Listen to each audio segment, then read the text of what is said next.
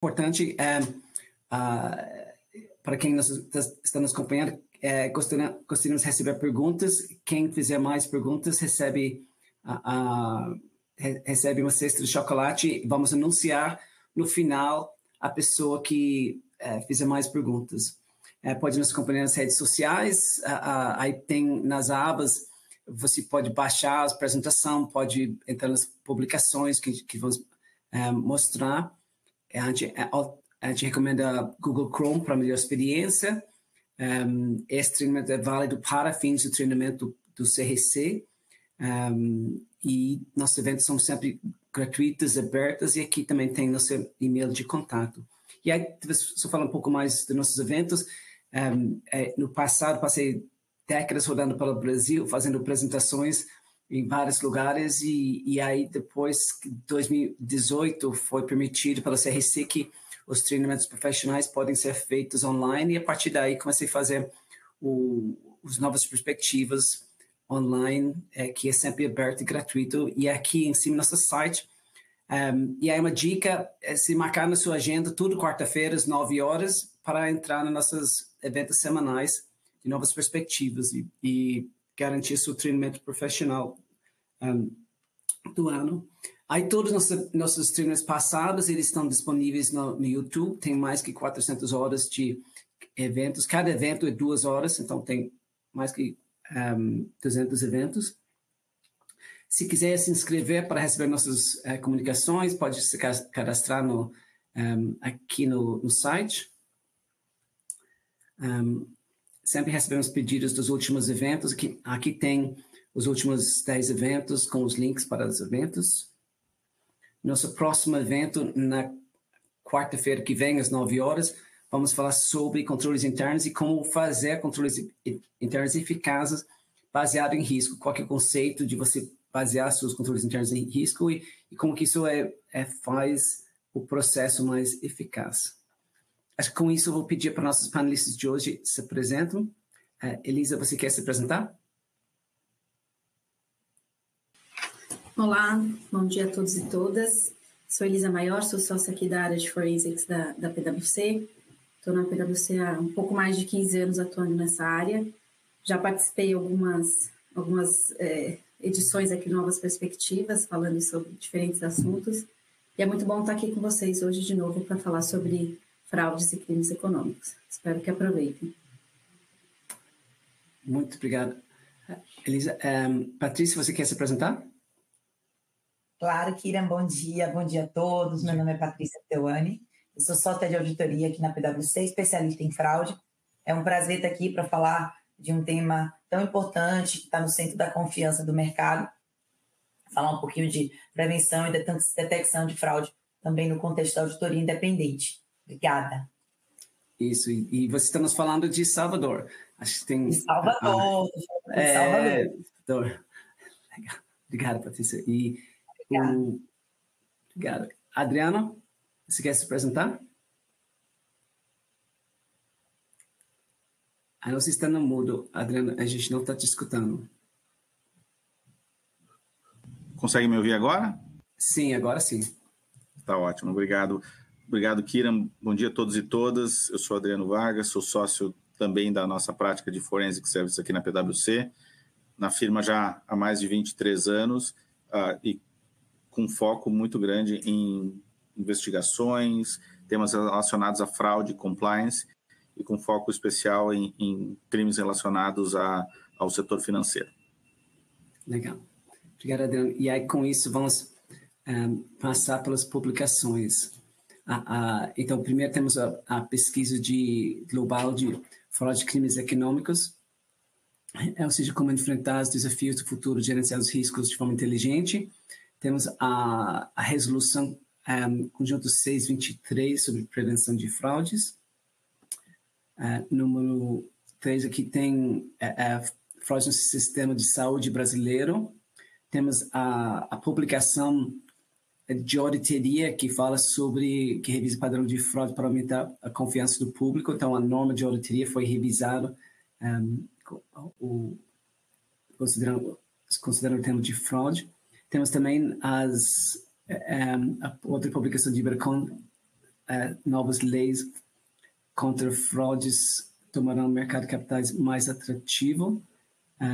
Tem também outra publicação de Ibracon que chama Mind the Gap. Essa aqui é uma série de publicações explicando o que o auditor faz e não faz, referente ao tema em geral, para explicar as responsabilidades do auditor, né, e os trabalhos técnicos que faz.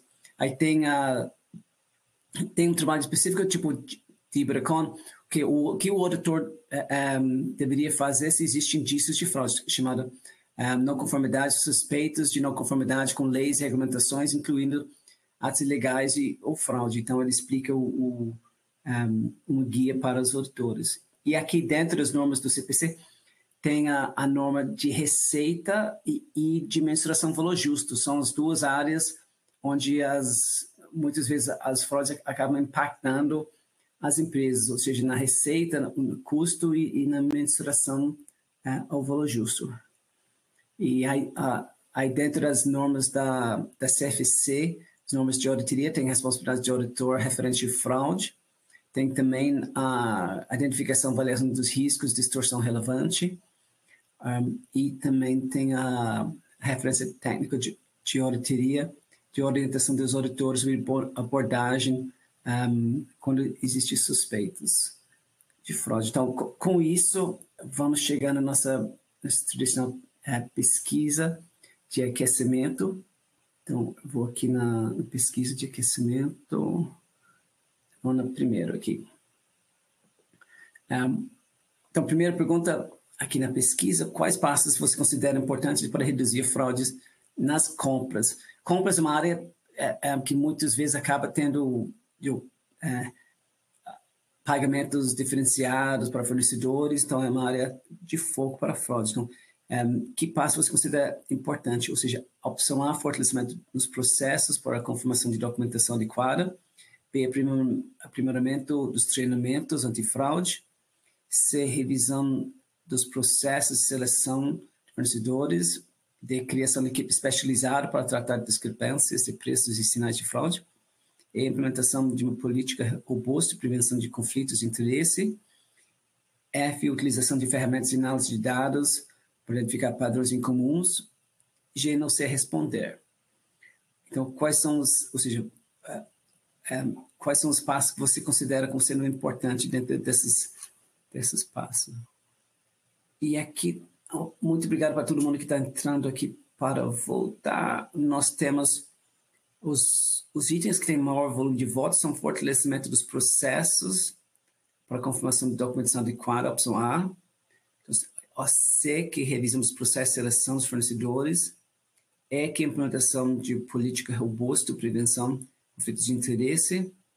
F, utilização de ferramentas de análise e dados analytics. Acho que são esses 4 que têm maior volume de votos. Aí vamos falar com os especialistas daqui a pouco sobre isso. Então, vamos para a pesquisa número 2. Quais iniciativas você considera importantes para promover um ambiente antifraude? Opção A, incentivar uma cultura de denúncia.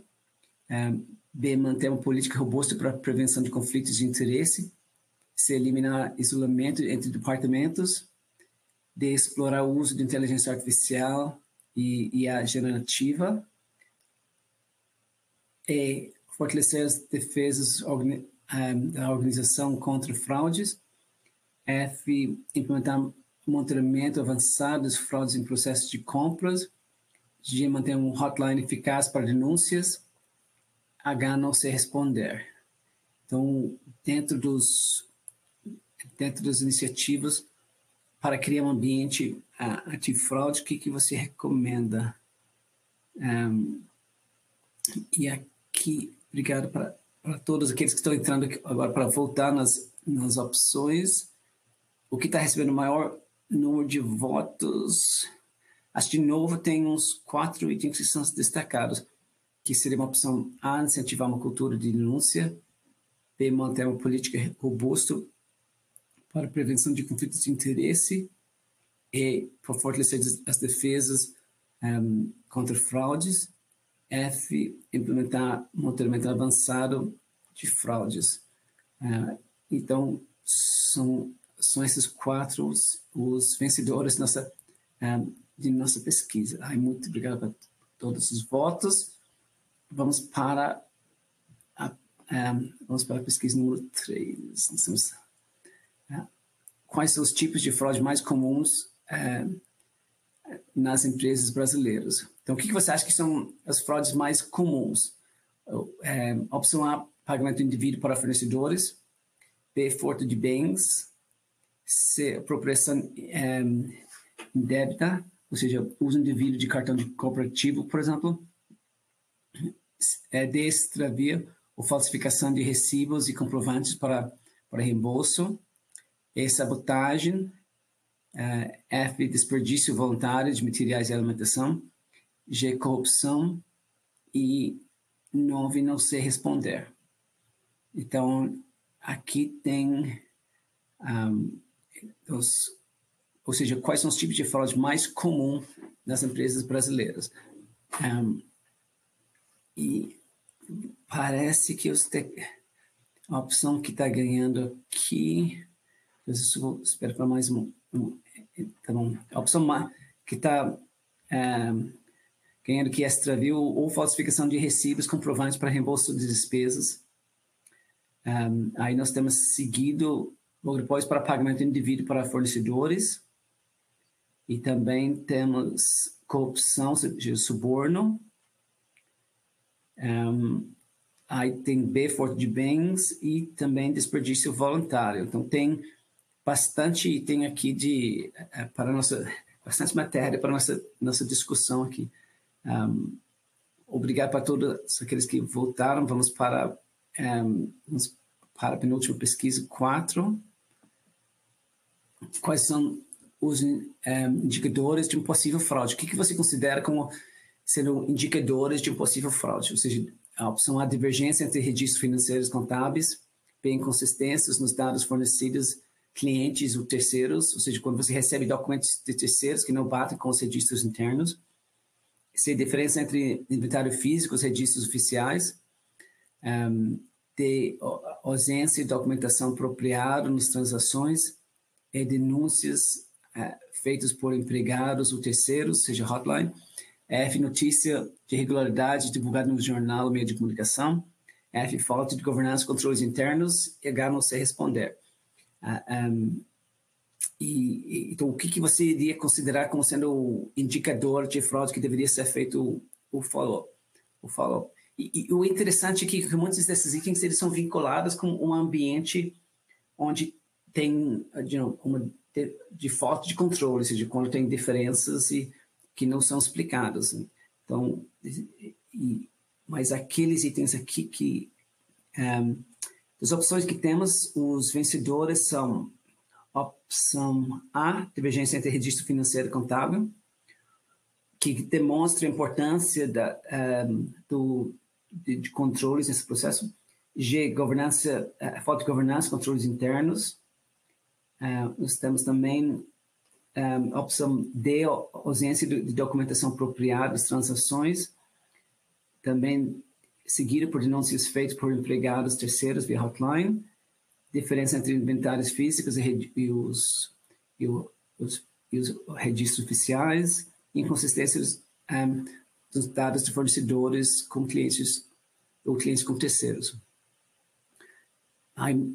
Ou seja, quase todas essas, exceto talvez notícia externa, que seriam consideradas indicações de fraude. Então,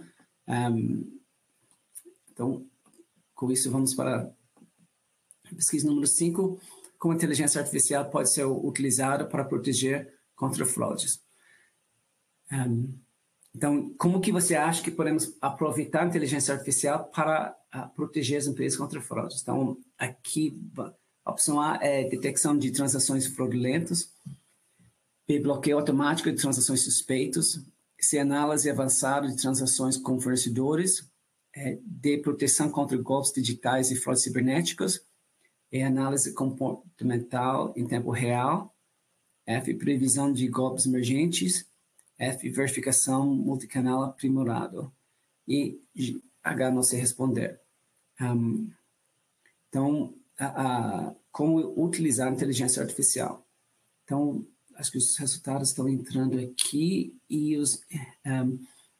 o que tem, se você espera mais uma atualização aqui dos votos, pronto, ou seja, a utilização de inteligência artificial pela pesquisa, o que tem maior volume de votos é a opção A, detecção de transações fraudulentas, B, bloqueio automático de transações suspeitas, aí cai para outra opção para D, que é proteção contra golpes digitais e fraudes cibernéticas. E aí também, depois disso, vem a opção C, análise avançada de transações de fornecedores, e também E, que é análise comportamental. Então, esses são ou seja, parece que tem bastante espaço para a utilização da inteligência artificial para proteção contra fraudes. Muito obrigado para todo mundo que entrou e voltou aqui na nossa pesquisa inicial. E aí, com isso, vamos para a nossa nossa entrevista com Patrícia, que tem um compromisso na sequência. Então, Patrícia está conosco? Sim, Kiran, estou aqui. Legal, Patrícia. Então, Patrícia, queria te fazer algumas perguntas sobre o papel do auditor em relação a fraudes ou transações irregulares. E talvez a primeira pergunta aqui seria: qual seria a responsabilidade do auditor externo em relação ao fraude pelas normas de auditoria? Essa é uma pergunta muito bacana, Kiran, porque é uma das áreas na auditoria que existe uma maior diferença entre o que a gente chama de expectation gap, né? De qual é a diferença entre o que o usuário da demonstração financeira, o público geral, espera que seja feito pelo auditor versus o que a norma de auditoria efetivamente determina que é a responsabilidade do auditor. Então, quando se fala de responsabilidade do auditor externo em relação à fraude, como eu comentei, existe uma expectativa muito grande e ela não corresponde ao que a norma determina.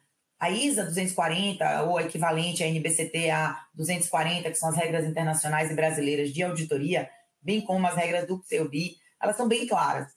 O auditor ele não é uma prevenção à fraude, ele não é um investigador. O que o auditor ele precisa fazer é obter segurança razoável de que a demonstração financeira ela está livre de distorção relevante causada por erro ou fraude.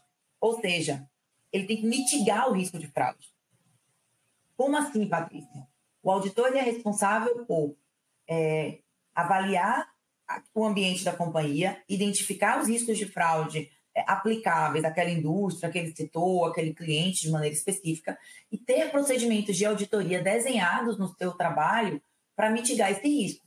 Mas, em nenhum momento, o objetivo primário do trabalho de auditoria ele é identificar casos relacionados à fraude ou investigar casos relacionados à fraude. Tá?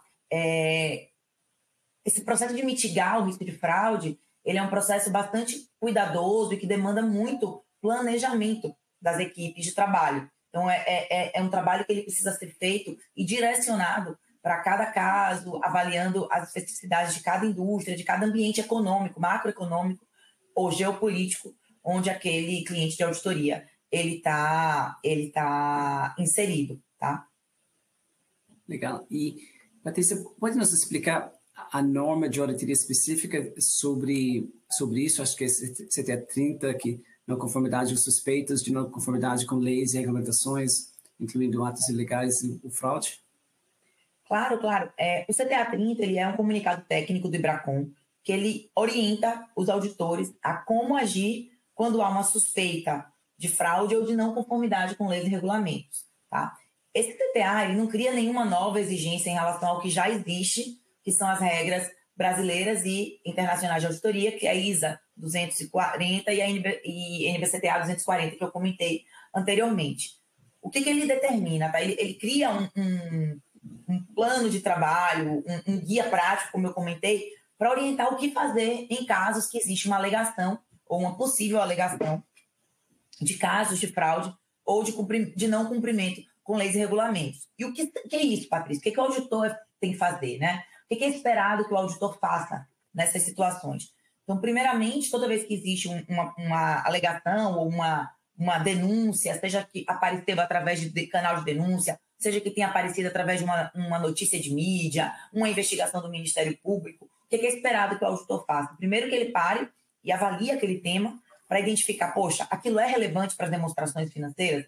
Sim ou não? Né? E aí, tanto pode ser sob o ponto de vista de manipulação de dados que chegam à demonstração financeira ou a apropriação indébita de ativos, que é o 2 tipos de fraude mais comum, que aí você trouxe nas suas pesquisas aí, Kiran, que a gente tem no processo de reporte, né?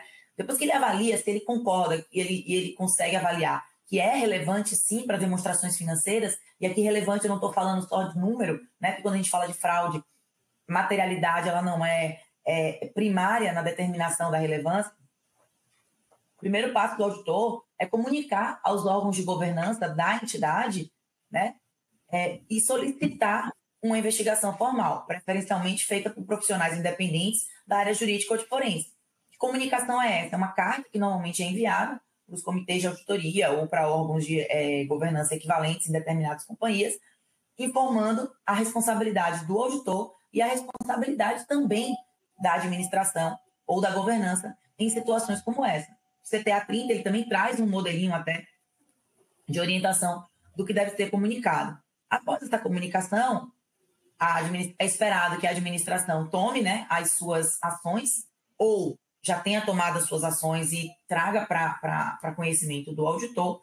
E o auditor ele também tem que avaliar a sua estratégia, reavaliar a sua estratégia de auditoria, para ter certeza que essa possível alegação ou notícia ou denúncia, se o tema relacionado a ele está coberto no seu assessment de fraude, você tem procedimentos de auditoria suficientes para cobrir esse risco, ou se você precisa ajustar. Na maioria dos casos, é feito alguns ajustes no trabalho de auditoria, seja para estender amostras, reforçar testes, incluir outros procedimentos adicionais e até revisitar áreas sensíveis que tenham similaridade ou que estejam próximas ao que está sendo alegado ou que está sendo investigado. Paralelo a isso, a gente normalmente traz especialistas, né, de forense para nos apoiar no que a gente chama do Shadow Investigation, que é o acompanhamento da investigação feita para a administração. Tá? Legal. Eu acho que você falou algumas coisas interessantes aqui. O foco do auditor é nas demonstrações financeiras e você estava colocando entre a avaliação do potencial impacto nas demonstrações financeiras, porque o escopo do auditor é de analisar e se dar opinião sobre as demonstrações financeiras. Portanto, não por exemplo, não é um furto pequeno operacional, vamos dizer, numa rede de supermercados que é importante que isso talvez não seja material para as demonstrações financeiras. Só o auditor se interessa para aqueles que poderiam ter impacto relevante nas demonstrações financeiras. Perfeito, é isso aí. Legal. E quais tipos de trabalho que normalmente são feitos pelo auditor externo sobre esse tema? Bom, quando a gente fala de fraude, né, a gente tem várias frentes.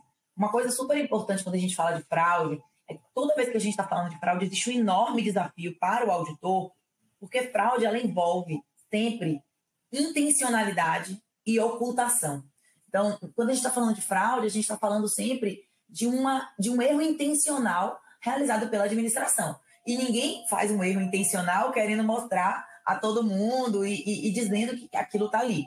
Então, sempre existe um desafio muito grande para o auditor quando a gente está falando em desenhar procedimentos para mitigar fraude. E quais são os trabalhos que normalmente são feitos?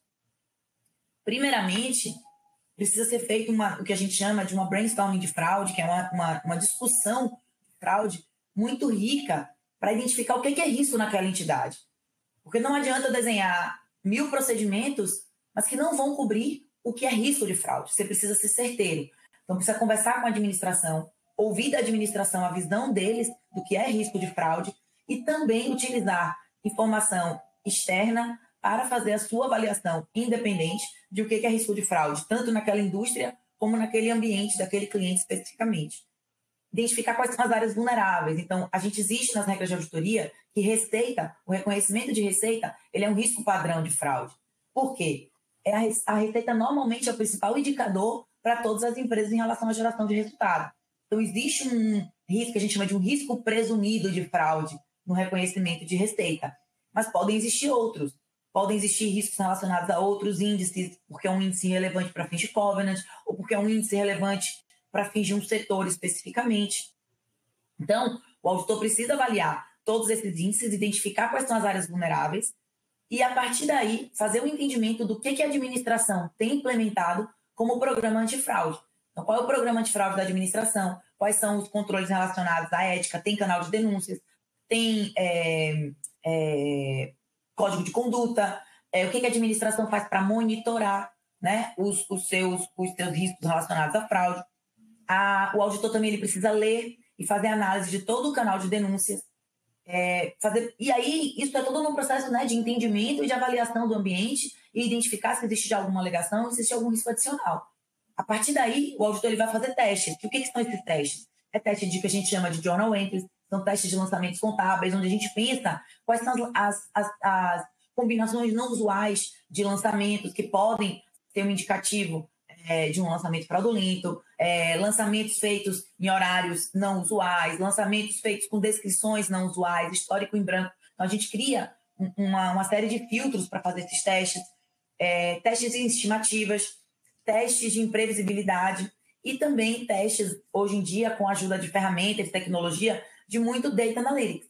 Então, para identificar padrões e transações que estão fora do padrão ou que, em algum momento, né, saem ali do que é esperado para aquela companhia. Então, é um arcabouço de procedimentos que o auditor tem, né, a seu dispor para mitigar o risco de fraude. Legal. E acho que dentro desses testes e os trabalhos que o auditor faz, tem esse conceito do teste imprevisível. Você pode nos explicar o que é isso? Talvez dar alguns exemplos?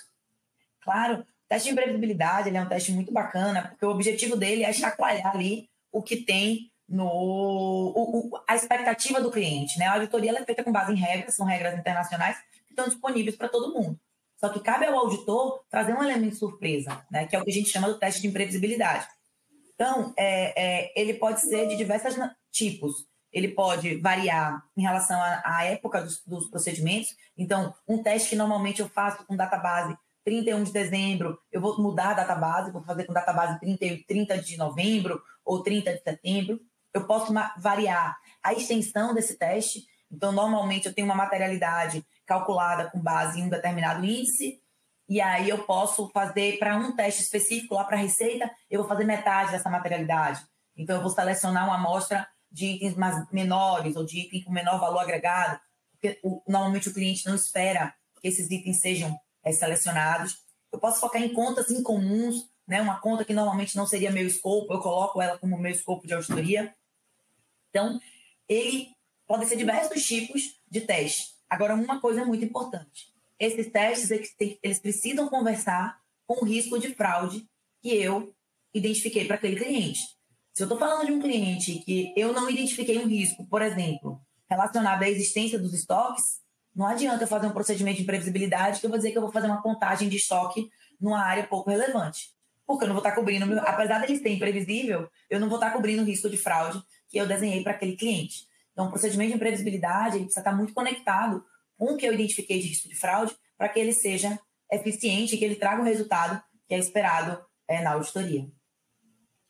Legal, Patrícia. E quais elementos que podem ser indícios de um fraude que requer uma avaliação específica? Porque até, tipo, você estava explicando os trabalhos indicados pelas normas de auditoria que são normais na vida normal de um auditor realizando um processo de auditoria.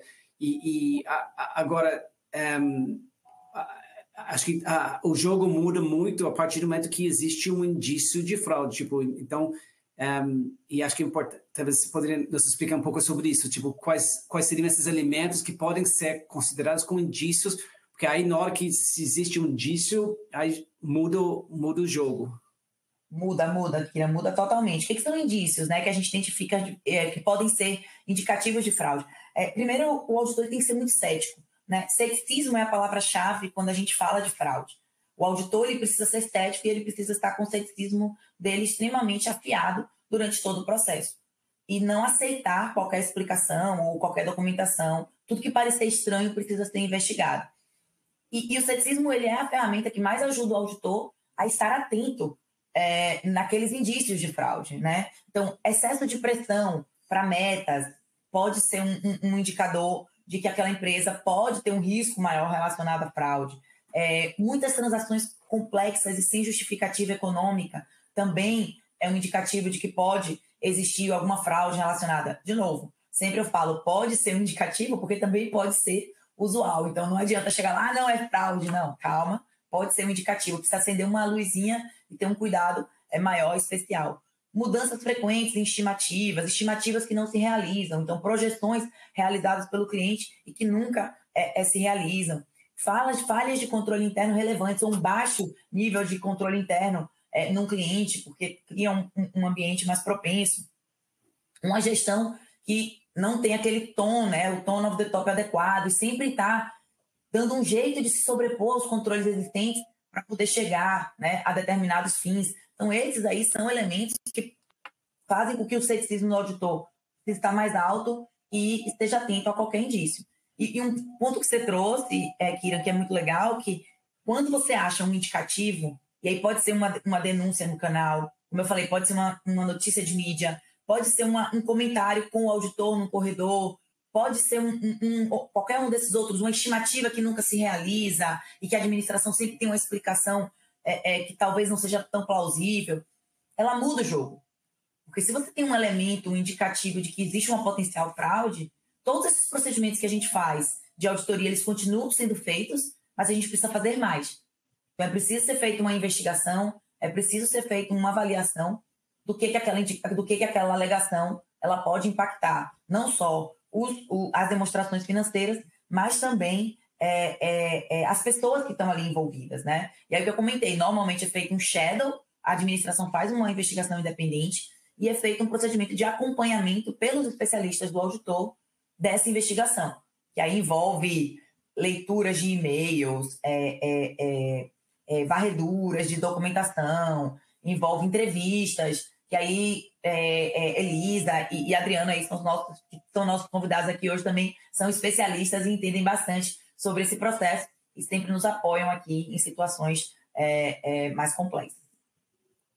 Legal. E o interessante é que as normas de auditoria acho que citou o ISA 240, essas normas são criadas por um conselho internacional, e o interessante é que esse conselho internacional agora tem muitos membros dentro do conselho que não são auditores, ou seja, justamente para tentar trazer e diminuir essa expectativa entre o público e os auditores em termos dessas normas. E você pode nos falar um pouco dessa, como resultado da mudança do conselho, as que foram revisadas, as normas de auditoria, especificamente o ISO 240, justamente para tentar aumentar a confiança do público sobre os trabalhos de fraude. Você pode nos explicar um pouco do que aconteceu nesta revisão? Claro que é perfeito. Você foi cirúrgico aí no seu comentário, né? A ideia da revisão da mudança da norma é diminuir e, na verdade, alinhar, né, a expectativa do que o público externo tem em relação ao que deve ser feito pelo auditor e o que efetivamente a norma traz, né? E o que essa norma mudou? Ela trouxe mais clareza e deixou bem claro qual é a responsabilidade do auditor e a responsabilidade da administração no contexto de fraude, de risco relacionado à fraude. Ela eliminou algumas ambiguidades em relação ao que fazer, o que o auditor deve fazer para identificar e responder os riscos de fraude. Uma coisa muito bacana que essa norma trouxe, ela reforça de maneira muito importante a postura cética que o auditor deve ter. Então, traz mais uma vez esse elemento do ceticismo que eu comentei aqui, que é tão importante, e reforça a necessidade do ceticismo e do questionamento, né, das evidências de ponta a ponta durante todo o processo de auditoria. Então, ela exige que o auditor tenha um comportamento muito mais cético em relação ao que ele recebe de evidência da administração ou de representação da administração. e ele traz um conceito de que o auditor ele deve avaliar o risco com uma lente de fraude. Então, ele reforça a necessidade do auditor ter essa visão de risco de fraude específica para o cliente e para o setor, para a indústria em que ele está envolvido, né? Então, o auditor ele precisa considerar de maneira explícita como uma fraude pode ocorrer em cada área relevante. Então, ela traz essa necessidade explícita de que o risco de fraude deve ser avaliado no nível granular, tá? E exige que o auditor traga respostas mais detalhadas em relação à suspeita ou ocorrência de fraude, de ajustar os seus procedimentos e principalmente de comunicação com a governança e, quando necessário, a reguladores. E traz um contexto também de maior transparência nos relatórios de auditoria, né? Especialmente de companhias abertas aí em relação à fraude, tá? Legal. É interessante esta parte do trabalho, ele tem que ser focado na indústria da empresa, no tipo de operação que a empresa tem. Então, e o interessante, ou seja, em tese, o auditor precisa conhecer os esquemas relevantes para as demonstrações financeiras, para o impacto nas demonstrações financeiras das várias indústrias. E aí, o auditor, em tese, vai focar nesses esquemas que podem ser relevantes dessas indústrias quando ele está olhando uma empresa naquela indústria que tem aquele tipo de transação. Perfeito.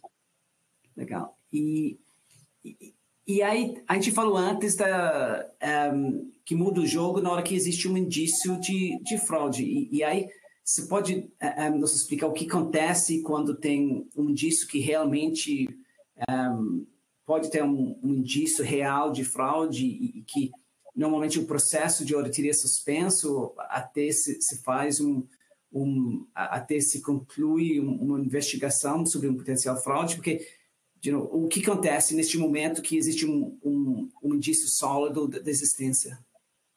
A auditoria, ela não para, tá? A gente segue continuando, a gente altera os procedimentos de auditoria, como eu comentei, são feitos novos procedimentos no contexto da auditoria.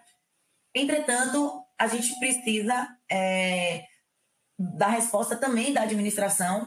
Para a administração, ela é responsável primário, né, para investigar indícios ou potenciais fraudes ou atos ilícitos. Então, precisa ter uma resposta da administração, que é o que eu comentei. Então, o auditor ele faz a comunicação aos órgãos de governança e à administração, e a administração retorna, né, dizendo quais são os planos, qual foi o processo que foi identificado, e a resposta a essa alegação, que normalmente é uma investigação independente, tá? Onde ela vai apurar efetivamente o que aconteceu. O que normalmente faz essa investigação independente? São apurado, né, a alegação, avaliado o que aconteceu naquela alegação, são feitas entrevistas com as pessoas envolvidas, então faz um mapeamento de quem são as pessoas envolvidas, né, dos potenciais impactos em demonstrações financeiras, em controles internos, em pessoas, né, quem foram as pessoas que estavam potencialmente envolvidas ali. E quanto maior, se existem pessoas da alta administração, conselheiros, presidentes, executivos, vice-presidentes envolvidos na alegação, essa denúncia ela ainda é mais crítica e ela ainda demanda um nível de governança muito maior em relação a essa apuração, porque eu não posso colocar, né, a raposa tomando conta do galinheiro. Então, se é uma denúncia contra o CFO ou o CEO, ele não pode ser responsável pela investigação. Você tem que subir o nível aí e, eventualmente, ir para um nível de conselho, quando existente, para apoiar aí no processo de governança. Esse processo de investigação ele é um processo que é super importante que ele seja robusto para apoiar o auditor, né? Porque o auditor ele precisa que certos procedimentos mínimos eles estejam realizados nesse processo de investigação. Então, ter alguns cuidados em relação a completeness das transações, a salvaguarda dos documentos, porque no momento que você fica claro que vai acontecer uma investigação, o fraudador ele pode tentar deletar documentos, ocultar evidências, como eu falei, né? Fraude, ela envolve intencionalidade e ocultação. Então, a gente precisa estar bastante confortável de que esse tipo de tentativa de ocultar, ele possa ser capturado pela empresa e possa ser salvaguardado nesse processo, né? Que que a administração tenha controles para garantir que isso não ocorra.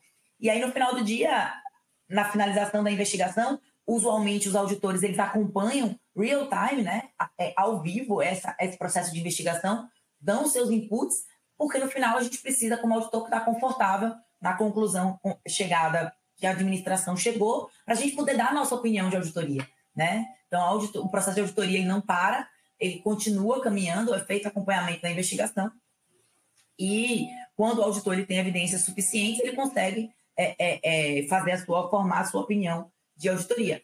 Pode acontecer suspensão? Pode, né? E até o auditor ele pode dizer que ele não quer nem continuar mais aquele trabalho. A fraude é tão pervasiva, o risco é tão grande, o auditor pode chegar em algum momento a dizer, olha, não tenho condições de opinar sobre essa demonstração financeira. Mas é um caminho aí bem longo a ser percorrido antes de concluir qualquer coisa, tá? E eu fico imaginando o estresse que dá dentro de uma empresa se existe uma investigação, por exemplo, potencialmente envolvendo um CEO de uma empresa, porque ele automaticamente vira, se ele se é suspeito que ele fosse envolvido em alguma transação, por definição, ele não poderia ser, vamos dizer, envolvido e receber as informações sobre a investigação. Portanto, a investigação teria que estar no nível do conselho acima dele e aí talvez tem, ou seja, eu fico imaginando, teria trazendo pessoas que não, talvez até terceiros, talvez especialistas terceiros para fazer essa investigação e ele que normalmente dirige todo o processo do ambiente, dos negócios, das decisões na empresa, ele se tornou suspeito, está sendo investigado e deve sentir muito frustrante para estar acontecendo isso, para perder o poder e até, e sem saber o potencial resposta que isso vai dar, desse processo pode dar, que poderia perder seu emprego no final. E eu fico imaginando que você tem que ter, nesse processo de investigação, e dados os elementos envolvidos, a forma que funciona, talvez seja um ambiente bastante estressante dentro de uma empresa, dependendo de quem seja envolvido e como que seja realizado. É bastante interessante e a gente... O principal é manter o profissionalismo, né? Não é confortável ninguém ter uma alegação contra si, né?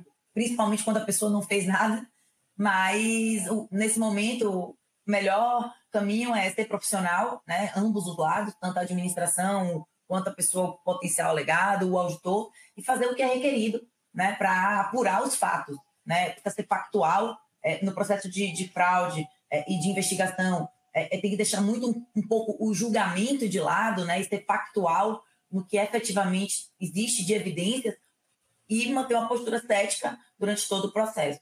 Mas sim, são situações que são de alto nível de estresse, mas o profissionalismo aí ele tem que sempre prevalecer e precisa ser feito o que tem que ser feito, independente de quem é a pessoa envolvida na empresa, seja o CEO, seja o CFO, seja alguém do board. O que precisa ser feito, ele sempre deve ser feito de uma maneira muito profissional e responsável. Legal. E alguma dica para as empresas em relação aos programas antifraude? Muitas, né? A gente fala, né? O risco de fraude ele sempre vai existir, independente, desde a empresinha pequena ao salão de beleza ali que tem na esquina da tua casa, que pode ser a caixa que está ali tirando algum recurso, que recebem dinheiro, para as grandes empresas multinacionais listadas em bolsa no Brasil e Estados Unidos. O risco de fraude ele sempre existe, mas ele pode ser mitigado. Então, o que a gente... Qual é o triângulo? Qual é a melhor mistura, né? Quando a gente fala de padrão ouro aí, né? Para programa de fraude. Primeiro, cultura, né? A cultura empresarial ela é muito importante. É que a gente chama na auditoria do tone of the top, né? A empresa ela precisa ter uma cultura ética. Se você tem uma cultura ética, se os líderes eles demonstram comportamentos éticos, você tem um bom código de conduta, você tem treinamentos de código de conduta importante, você tem uma comunicação desse código de conduta, não só para os seus profissionais, como para fornecedores, terceiros. É uma das dicas assim muito boas em relação ao programa antifraude. Segundo, controles internos. Você precisa ter controles, né, que vão mitigar esse risco de fraude. Então, controles internos que estejam desenhados para que a fraude não aconteça e, para caso ela aconteça, que existam elementos suficientes para que esteja investigado. Podem ser controles de salvaguarda de documento, controles de backup, para impedir que as transações que estejam deletadas pelo usuário, elas permaneçam nos servidores da empresa e que capacitem para que a empresa possa fazer uma potencial investigação em outras situações, segregação de funções, monitoramento. Então, quando a gente fala de fraude, uma das coisas, quando tem os estudos que a gente lê, a gente vê que um principal indicativo de que está acontecendo fraude numa empresa para uma pessoa é uma pessoa, o fraudador, no caso, né, vivendo num padrão de vida diferente do que é esperado para ele. Então, se você tem uma pessoa que recebe, sei lá, um salário de R$4.000 e ela está andando num carro de luxo, esse é um indício, é um indicador, né? Até perguntaram aqui o que seria, né? Um indicador material, um indicador efetivamente um exemplo. A pessoa vivendo fora do padrão de vida dela. Então, a pessoa tem um salário X, um nível de vida X, e está viajando e gastando muito mais do que ela pode, do que, em teoria, ela poderia, considerando, né, aquele nível de remuneração. É um indicativo, é uma atenção, é um red flag ali que precisa ser identificado. Então, isso, as empresas precisam ter controle para monitorar esse tipo de atitude, exatamente para poder capturar, né, potenciais casos de fraude, porque é o que eu falei, né, existe intencionalidade e ocultação. Isso tudo dificulta a identificação. A tecnologia também, ela deve estar presente no programa antifraude, né, para poder conseguir identificar padrões fora do normal, transações não usuais.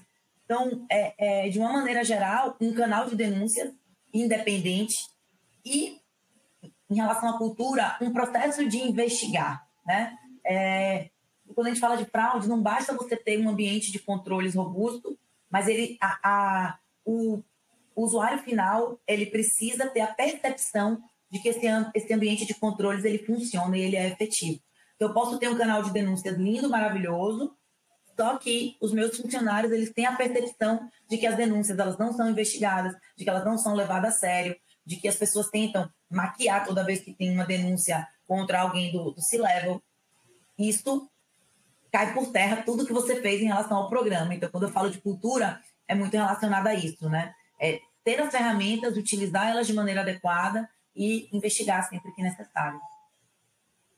E eu fico imaginando aqui, que às vezes se escuta o pessoal falar, mas o custo dessa governança, o custo desses controles internos é alto, porque que tem que ter esses custos desse aqui, mas o ponto, se você não tem isso, você não tem esse ambiente, você não cria esse ambiente, você coloca o risco, a existência dessas operações de fraude. Eu imagino que o gasto é muito maior para a empresa se tivesse esse tipo de problema. E talvez eles sempre vão naquelas empresas que têm, onde deixam os brechas para acontecer isso. Então, é algo... Até penso que seria... que pode ser, em tese, um diferencial competitivo da própria empresa, que ela tem programas fortes, que ela está se protegendo a sua marca porque na hora que acontece, acho que tem um impacto negativo, acho que para a empresa e também acho que para os funcionários. Para as pessoas. Você foi perfeito aqui, né? Isso aí. O custo de uma governança, ele sim, existe um custo nisso, mas o custo de você ter que lidar com um incidente de fraude, ele é muito maior. Né? Então, quanto melhor o seu ambiente, quanto melhor a sua cultura, o seu programa antifraude, menos oportunidades elas existem e melhora a sua capacidade de resposta, porque o risco ele sempre vai existir. Até em empresas com um programa antifraude padrão ouro melhor, o risco de fraude ele continua ali, mas você consegue responder de maneira mais rápida e a probabilidade de acontecer alguma coisa material ou que não seja detectada inicialmente é muito menor. Então, é isso aí. O custo de você ter que lidar com a situação depois que ela acontece é muito pior. Legal. Muito obrigado, Patrícia. Adriana, você está conosco? Estou sim, Kira. Legal. Então, Adriana, você quer, acho que você quer nos falar então um pouco sobre esse mundo que você vive das investigações? Claro, Kira. Obrigado pela oportunidade e pegando o gancho, né, do que a Patrícia comentou, existe uma máxima, né, nesse mundo do compliance, que é: se o custo de compliance é alto, experimente o custo do não compliance. A não conformidade, de fato, custa muito mais caro que o custo da implementação de bons controles e da boa governança. E, às vezes, é um custo que não é só mensurável monetariamente, né? É um custo que traz impactos em vidas das pessoas, traz impacto na reputação de organizações e que transcendem os impactos financeiros ou econômicos, né? Eu vou aproveitar alguns minutos aqui para passar com o pessoal aqui os resultados de uma pesquisa que a gente conduz já há mais de 24 anos, que é uma pesquisa global sobre fraudes e crimes econômicos, e que estuda e procura aprofundar percepções de diferentes executivos, de diferentes empresas, de vários setores, sobre crimes econômicos, sobre a sua incidência, e nos ajuda a capturar tendências e insights de como tratar o tema, né? A gente vai tratar basicamente, né, brevemente sobre a característica da pesquisa, pincelar alguns resultados e trazer algumas observações já em linha do que já foi colocado, né? Como eu comentei, é uma pesquisa que já é feita há mais de 24 anos, ela é feita com uma abrangência global, né, um volume de mais de 2.400 respondentes na sua última edição, que teve seus resultados publicados no segundo semestre do ano passado, né? Embora já tenha um período no mundo de fraudes, compliance e da prevenção e detecção de fraudes, a cada dia temos novidades, né? Mas os resultados que se apresentaram aqui são ainda muito relevantes para a nossa realidade, né? Alguns dos destaques que vale a pena a gente pontuar aqui, né? No Brasil, em torno de 44% dos respondentes afirmaram que foram vítimas de algum tipo de fraude ou crime econômico dentro dos últimos 2 anos, o que é um número comparado com o global muito alinhado, mas que nos chama a atenção de quem atua nesse meio, né? Porque, na prática, se nós formos fazer uma nova enquete aqui com todos presentes no webcast, provavelmente esse número vai ser bem mais elevado. Então, aqui possivelmente existe algum viés de entendimento do que é um crime econômico ou da gravidade do crime econômico que vale a pena reportar ou relatar na pesquisa, mas o que a gente tem visto é que todos nós, inclusive nas nossas vidas pessoais, temos sido alvos de tentativas, de golpes e outros mecanismos de fraude, especialmente as digitais agora, nesses últimos anos, né? O que chama atenção... Aliás, Adriana, eu fico imaginando que você está falando aqui quantas vezes que eu recebo aquelas ligações de trotes dizendo que alguém do banco... Quantas vezes por dia? Exatamente, por dia. E essa aqui é só aquela cenário do trote. Então, isso fora os e-mails, fora os SMS, fora os outros tentativas. As tentativas são gigantes e muito frequentes, tanto para as pessoas físicas diretamente, mas para as instituições. Os bancos têm sido alvo e instituições de pagamento têm realmente sofrido muito com tentativas de fraude, é algo que impacta diretamente os seus negócios no dia a dia, num nível transacional.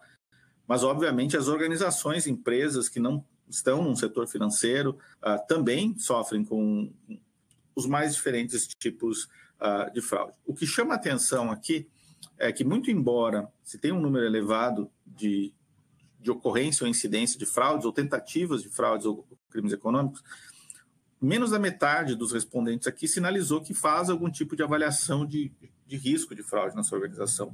E esse é um grande ponto de alerta, porque o primeiro passo para se prevenir ou se detectar fraudes é justamente eu ter uma visão de qual é a minha exposição àquele risco de fraude e, com isso, buscar estratégias e mecanismos para prevenir ou minimamente detectar esse risco. Então, esse já fica aqui um primeiro ponto de alerta.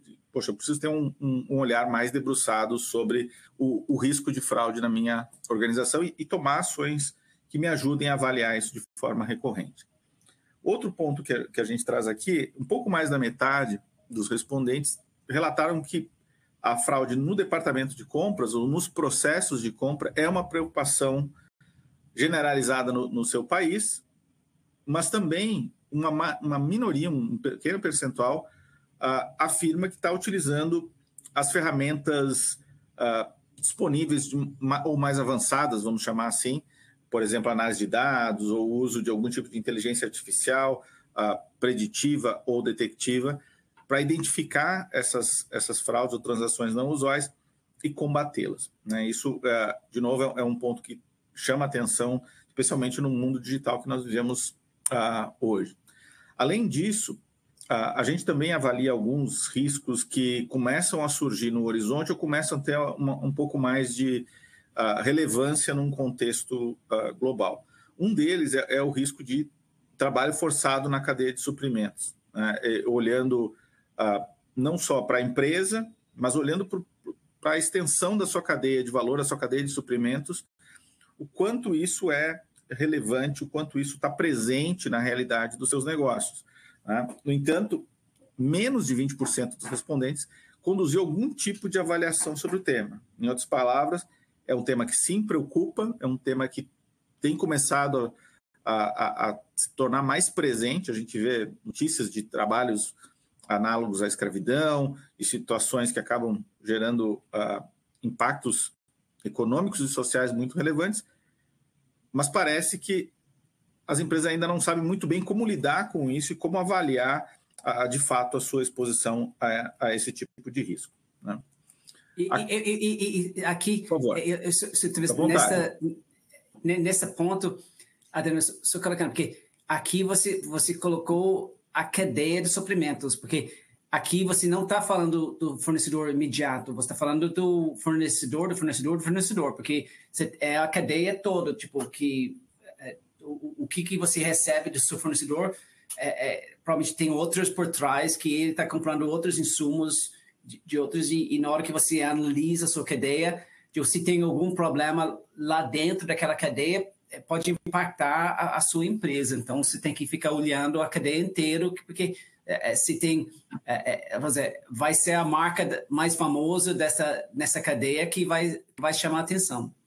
Sem dúvida, e naturalmente é muito mais fácil você olhar e avaliar a sua exposição daquilo que está dentro de casa, ou mais próximo de você, que seria as suas relações imediatas de fornecimento com seus fornecedores diretos. Mas olhar os diferentes elos dessa cadeia são também importantes, porque, como você comentou perfeitamente, a marca mais forte é a marca que vai aparecer, mesmo que o problema ou o ato inadequado tenha ocorrido num terceirizado, num quarteirizado, ou alguém na cadeia de suprimentos, que muitas vezes a empresa sequer tem visibilidade. A gente já viu isso acontecer no setor do varejo, de bens de consumo e vários outros aí, a construção civil e por aí afora, e sabe o impacto danoso que isso traz para a reputação da empresa e muitas vezes ações legais que são movidas, que a empresa precisa atuar junto ao Ministério do Trabalho, Ministério Público e por aí afora. Passando um pouco sobre algumas das questões que surgiram aqui na nossa lista de perguntas da audiência, quais são alguns dos riscos mais frequentes que a gente tem visto, né? E, casualmente, os mais frequentes também têm sido aqueles que trazem maior impacto financeiro, maior impacto reputacional. E liderando a lista, a gente tem os crimes cibernéticos, que hoje dominam o ambiente e são o grande pesadelo de conselhos e altas lideranças de diferentes setores da economia, porque, de fato, é uma ameaça que vem de fora da organização, fora do nosso controle imediato e que se sofistica a cada dia. A gente tem aí organizações criminosas altamente organizadas que passam o dia inteiro buscando formas de aplicar novos golpes, de explorar novas tecnologias, né? A gente vê golpes de cibersegurança que já utilizam uma série de ferramentas e tecnologias de inteligência artificial. Então, à medida que uma nova tecnologia é lançada, no dia seguinte, ou às vezes no próprio dia, já tem uma série de golpes ou pessoas tentando achar mecanismos de burlar essas tecnologias. As fraudes do consumidor também são fraudes bastante relevantes. E aqui, especialmente em algumas indústrias como o varejo, plataformas de marketplace e o setor financeiro, isso se apresenta de uma forma mais presente. A fraude em compras é algo que realmente permeia diferentes setores, né? E aqui a gente está focando naquela fraude ou naquelas ações dos departamentos, dos processos de compras, porque é a porta de saída de recursos das empresas, em maior parte dos casos. Então, ali é uma área bastante sensível e exposta ao risco de fraude. E depois a gente tem o desvio de ativos, que é uma fraude que acaba tendo...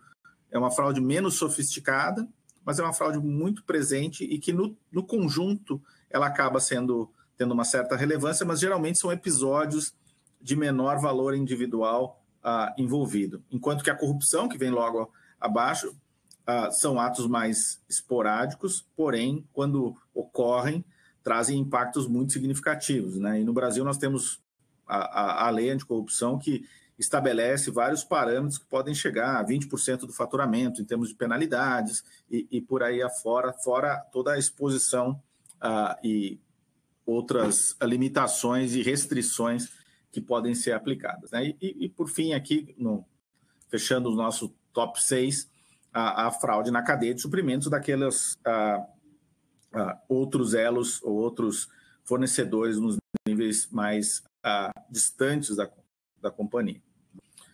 E Adriano, quando a gente aqui, olha... Oi, por favor. Naquela anterior, é interessante, essas são as fraudes que causam maior impacto financeiro e reputacional. Então, ou seja, essas aqui são aqueles que conselho, administração tem que estar ligado, porque se você fosse pego dentro dessas daqui, essas têm a capacidade de ruinar a operação da empresa, de causar impacto bem relevante para a empresa. Porque eu fico imaginando, no mundo de fraude tem vários tipos que são menores e menos relevantes, mas essas são aqueles que são destacadamente os considerados mais relevantes. Perfeito. Se nós olharmos, por exemplo, a pauta de cibersegurança, né, os crimes cibernéticos, é hoje uma das pautas prioritárias em qualquer conselho de uma empresa, seja de pequeno, médio ou grande porte no Brasil e no exterior também, né? É um tema que demanda muito investimento e que, quando uma situação dessa ocorre, ela pode trazer impactos realmente desastrosos para um negócio. Então, de fato, é um tema bastante crítico, cuja prioridade está lá em cima. Isso. A gente viu recentemente, nas últimas semanas, o maior roubo de banco na história do Brasil via um ataque cibernético. Então, se isso acontece nos bancos, talvez que tem um ambiente mais sofisticado, que estão acostumados a esse tipo de ataque, eu fico imaginando os demais, tipo, ou seja, esse primeiro risco não é à tona que está ali. Infelizmente, é uma realidade presente e diária de todos os negócios. Ela não é exclusiva dos bancos ou de um setor em particular. Eles se manifestam de maneiras diferentes, mas eles são bastante relevantes mesmo assim. Quando a gente olha um pouco para o lado do que tem sido feito para mitigar esse risco de fraudes, muitos dos respondentes, a grande maioria, estabeleceu que fortalecer os processos, a sua documentação e o processo de autorizações ainda vem despontando como um tema relevante. E isso aqui conversa muito com a nossa experiência e realidade no dia a dia, que muitas vezes a causa raiz de vários incidentes de fraude, seja interna ou externa, eles acabam sendo elementos bastante simples. Uma segregação de função que não está devidamente realizada, um acesso mais amplo do que deveria ser, ou que deixou de ser revogado, ou que ficou de lado por alguma forma. Então, a gente volta ainda à fragilidade de controles ou dos processos, alçadas, autorizações e acessos, ainda é uma causa raiz bastante relevante que precisa estar sempre no radar. Então, não à toa, essa resposta foi uma das mais selecionadas pelos respondentes. Treinamento é super importante e também foi um item muito destacado, porque, como foi comentado pela Patrícia, a cultura organizacional ela é uma das grandes formas de defesa contra a fraude. Lembrando que a fraude ela é um ato intencional, então ela tem um elemento de motivação, ela é perpetuada por alguém ou por uma organização, e ela tem um propósito, ela tem uma intenção, né? E muitas vezes o melhor mecanismo de detecção é o ceticismo, o olhar atento de quem está próximo ou de quem está acompanhando determinados processos, que pode ver uma variação, uma flutuação não esperada, ou um comportamento que talvez não seja muito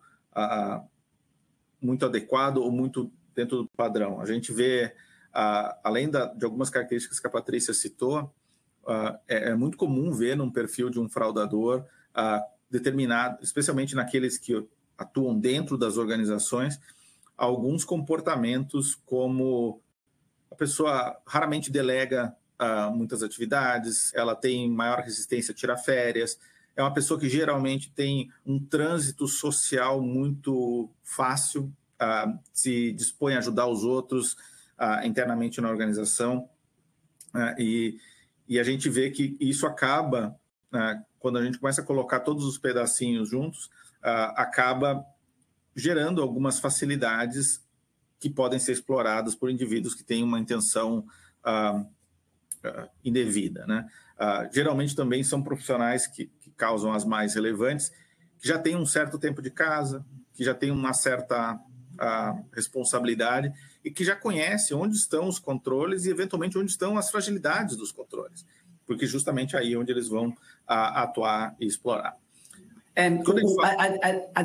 Nesse ponto, você falou uma coisa interessante, que não é a primeira vez que eu escuto que aquela pessoa que estava lá, falando que estava muito legal, estava lá tentando ajudar todo mundo, estava indo em vários apartamentos, fazendo várias coisas, tipo, qualquer problema, era só falar para essa pessoa que resolvia, ou seja, e que na realidade a razão que aquela pessoa estava resolvendo qualquer problema é que eles sabiam do risco que aquele problema poderia lidar até eles. Então, é interessante que essas pessoas, essas ações de quem está transitando por várias formas dentro das organizações,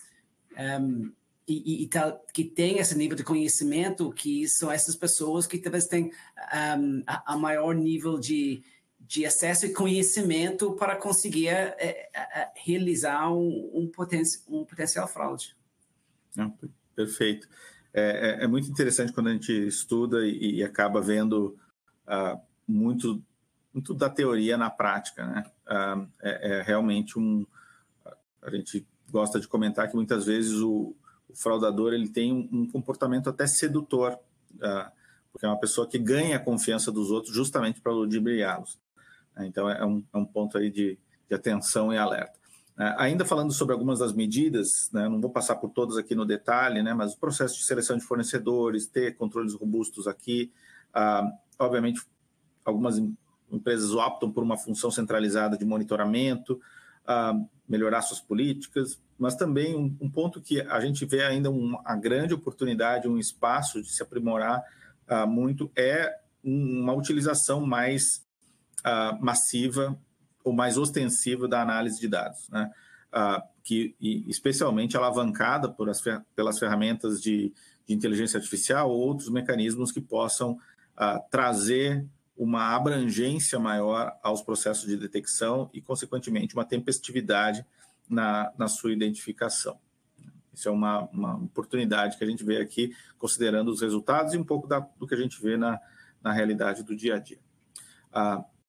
Ainda, corrupção, muito embora ela não estava ranqueada lá entre os primeiros, no mesmo patamar da cibersegurança, ela ainda é uma preocupação relevante, né?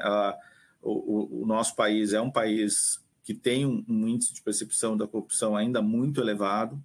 A gente viveu aí vários anos onde corrupção era a principal manchete dos jornais e dos meios de comunicação, mas ainda a gente vê todo dia, tem casos recentes que vêm à tona e tem casos que às vezes não aparecem nas páginas dos jornais que são tão relevantes quanto, né?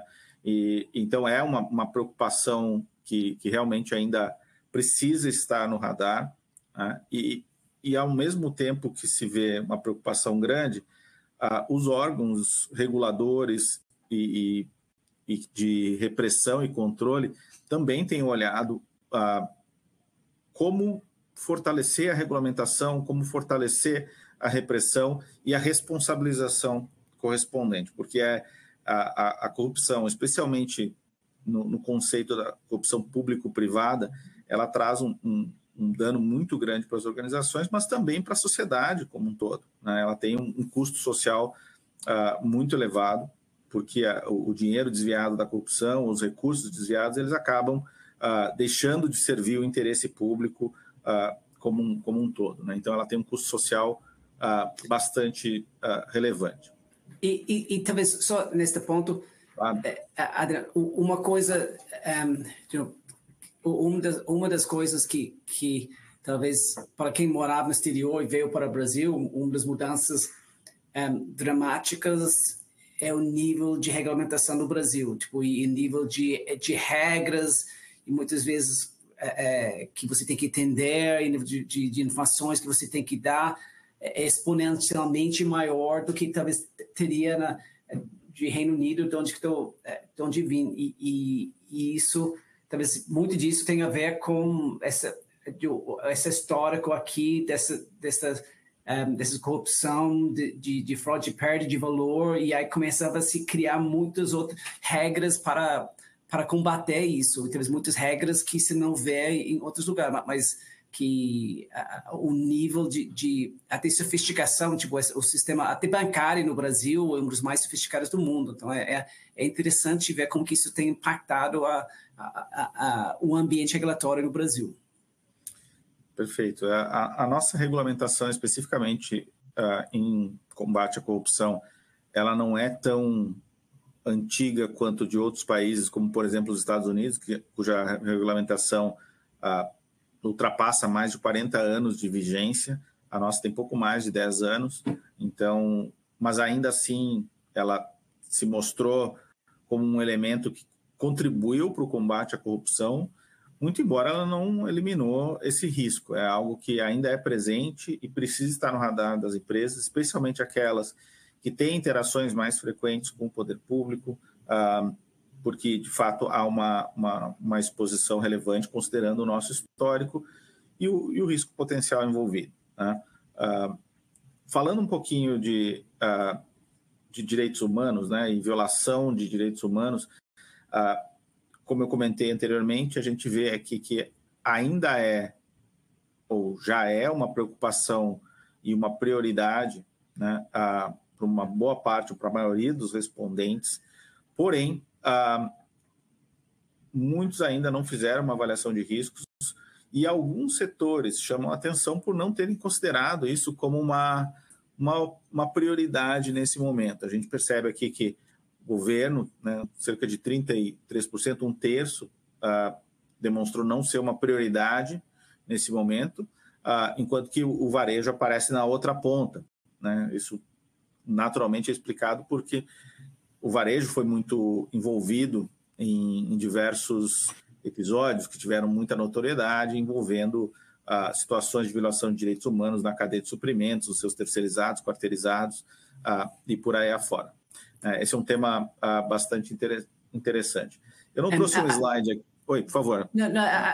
Só neste item, está sendo discutido em termos de relatórios ESG. No Brasil, atualmente, nós temos um novo padrão internacional e a gente tem uma norma que todo mundo está focado, que é a norma climática, mas mas estão se discutindo duas outras normas, a norma de biodiversidade e a norma de capital humano. E capital humano é da própria empresa e da cadeia que a empresa se insere. E eu fico imaginando que na hora que acho que existe a expectativa até o final do ano para confirmar que esse projeto vai em frente, e se for em frente, e acho que vai pegar em cheio toda essa discussão de trabalho forçado, de impacto na cadeia, e aí vai trazer um padrão de reporte sobre isso bastante detalhado. Então, essa é uma área onde talvez a transparência sobre o que as empresas fazem nessa área, eu fico imaginando que nos próximos anos vai se desenvolver bastante.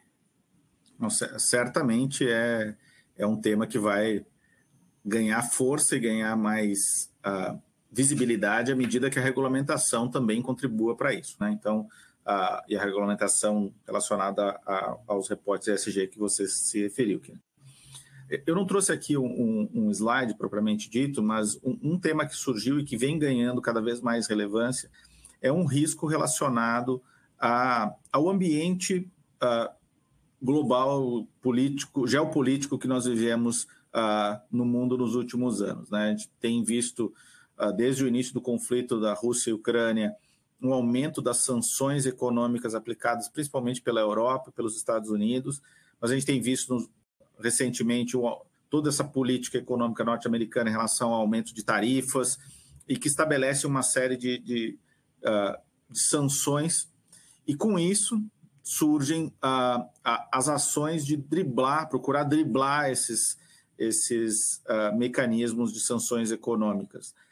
Esse é um tema bastante sensível, bastante relevante, especialmente para empresas que atuam nesses mercados, especialmente que exportam, que tem uma interação internacional relevante, e é muito importante estar atento, porque a violação de uma sanção por meio de talvez um caminho não usual, ele pode trazer consequências muito, muito relevantes, econômicas, reputacionais e até operacionais para os negócios. Então, é um tema aqui que realmente eu queria só pontuar para ficar no radar, especialmente daquelas empresas que têm uma atividade exportadora bastante relevante à luz do que a gente está vivendo no mundo, né? Sem querer me alongar muito, para deixar algumas considerações finais e passar a bola aqui para a Elisa poder fazer seus comentários também. A pesquisa trouxe alguns highlights, alguns pontos de como lidar com os temas. Obviamente, não existe uma receita de bolo, mas aqui tem algumas ideias ou sugestões para diferentes participantes aqui do mundo corporativo, né? As áreas jurídicas, ou de compliance, ou de prevenção à fraude, que atuam na segunda linha de defesa, né? A auditoria interna e o time executivo de liderança das organizações. Quando a gente olha para essas áreas da segunda linha, que tem um papel mais ativo, né, na mitigação desse risco, alguns dos pontos, né? Ter um olhar e assegurar que seu programa está atendendo às expectativas regulatórias, que ele está alinhado com boas práticas de mercado. Então, eu estou constantemente avaliando como que o mercado tem feito, como que eu melhoro a maturidade das práticas que eu já possuo. Olhar como que eu posso adotar tecnologia, como que eu posso utilizar práticas que têm se despontado aí como boas práticas de mercado na revisitação do meu próprio processo, né? Um olhar grande para terceiros, porque aqui, de fato, é uma fonte de risco bastante relevante. Não deixar o tema de inteligência artificial de lado, né? E usar o benefício potencial que a introdução de inteligência artificial generativa e outros mecanismos de análise avançada de dados podem trazer para a organização. Então, participar dessa agenda, que nem sempre ela é capitaneada por esses mecanismos, né, por essas áreas de segunda linha, mas ela muitas vezes está com um time de inovação, um time de tecnologia, mas participar disso, apoiar a introdução e a utilização na organização e assegurar, né, que a liderança esteja ciente em relação ao ritmo de crescimento da organização e a diversificação dos negócios, a digitalização do seu mercado, com os riscos que vêm a reboque disso, né? Não é incomum a gente ver a organização crescendo, se desenvolvendo numa velocidade e as áreas de controle e de defesa não conseguirem acompanhar esse ritmo. Então, o gap e a exposição ele só vai se amplificando com o tempo. Quando a gente olha para a auditoria interna, talvez o tema principal aqui, além de utilizar massivamente ou o máximo possível as tecnologias de análise de dados e de inteligência artificial quando possível, né, seja para automação e ganhar com isso eficiência e velocidade nas análises, mas procurar justamente criar estratégias de colaborar com as áreas de segunda linha para que as avaliações de risco estejam bem alinhadas, para que a gente consiga, de fato, ter uma troca de figurinhas entre os achados de um e os pontos que podem ser melhorados pelo outro, né? E, por fim, para os executivos, é olhar se aquela informação que está chegando para eles, de fato, ela está trazendo conteúdo e substância adequada que os permitam entender o que está acontecendo e tomar as decisões pertinentes, né? Além disso, patrocinar uma visão integrada, né? Ajudar a quebrar esses silos para que a gente consiga ter essas áreas internas que promovem a defesa e até mesmo a primeira linha como negócio que compreenda os riscos e que atue dentro do seu papel contribuindo, né? E não achando só que a área de prevenção à fraude, de compliance, o jurídico é uma área de prevenção à condução de negócios, né? Mas que de fato tem um papel importante aqui. E com isso, né, assegurar que todas essas linhas elas estejam atuando em sintonia.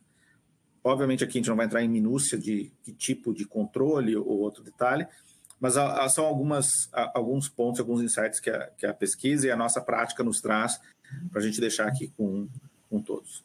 Então, Adriano, eu só queria levar um ponto, porque aparecer este ponto de silos mais que uma vez. Então, é interessante este objetivo de quebrar os silos, porque o ponto é, ou seja, na medida que a empresa tem silos, a pessoa só olha para só olha para aquele pedaço que está fazendo sem a comunicação, sem entender, vamos dizer, o processo todo. Você tem muito mais risco de um ambiente que me permite falar, porque se a pessoa só vai ficar de olho no seu pedacinho e não vai perceber o vínculo com os demais, aí tem muito mais risco de acontecer uma fraude.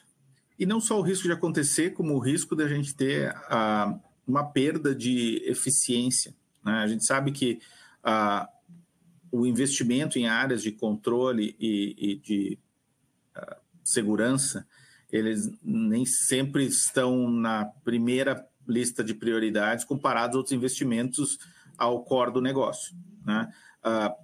Quando a gente tem um exemplo clássico disso, a gente vê em algumas instituições financeiras, onde a gente tem uma área de prevenção à fraude, uma área de prevenção à lavagem de dinheiro, uma área de segurança cibernética e uma área de compliance, que nem sempre se conversam.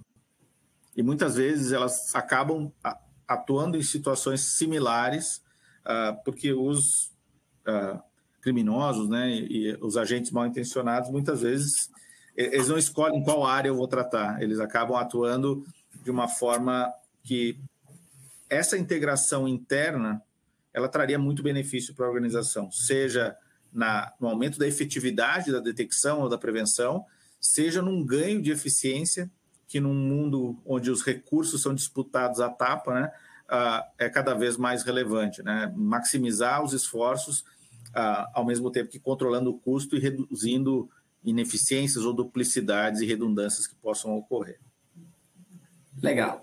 Muito obrigado, Adriano. E Adriano, eu vou pedir para você sua ajuda aqui, porque entraram muitas perguntas do público e aí se você poderia ir olhando, talvez para a gente... Claro, a gente volta aqui no final. Perfeito. Isso, legal. Muito obrigado. Elisa, você está conosco? Estou aqui, Kiran. Me ouvem? Isso, sim. Tranquilo. E Elisa, algumas perguntas para você. Talvez, primeiro, que existem indicadores que o fraude e crime econômico no Brasil tem aumentado nos últimos anos? É uma ótima pergunta, né? O Adriano e a Patrícia aqui já trouxeram vários indicativos ali, né, que demonstram que de fato é um tema que ele sempre foi relevante, mas ele tem sido bastante falado e identificado aí nas empresas, né?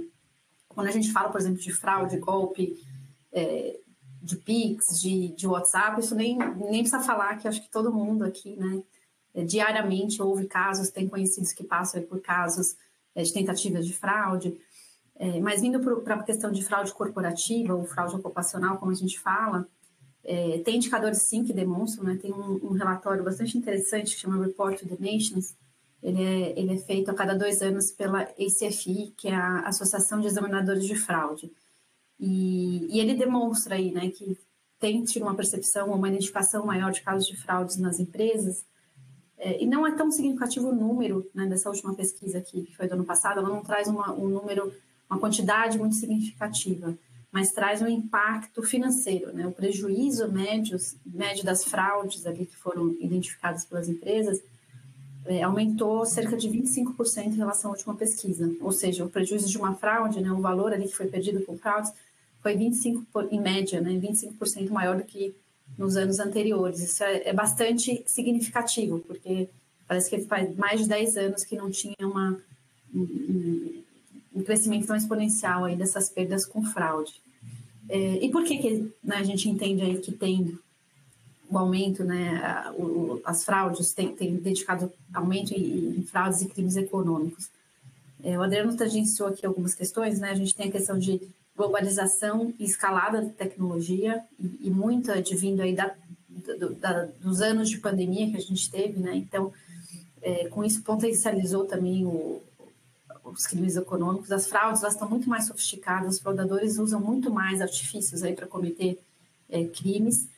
E, naturalmente, né, todas essas incertezas geopolíticas econômicas que a gente está vivenciando, elas aumentam também a pressão pelas empresas atingirem resultados, permanecerem ali relevantes, né?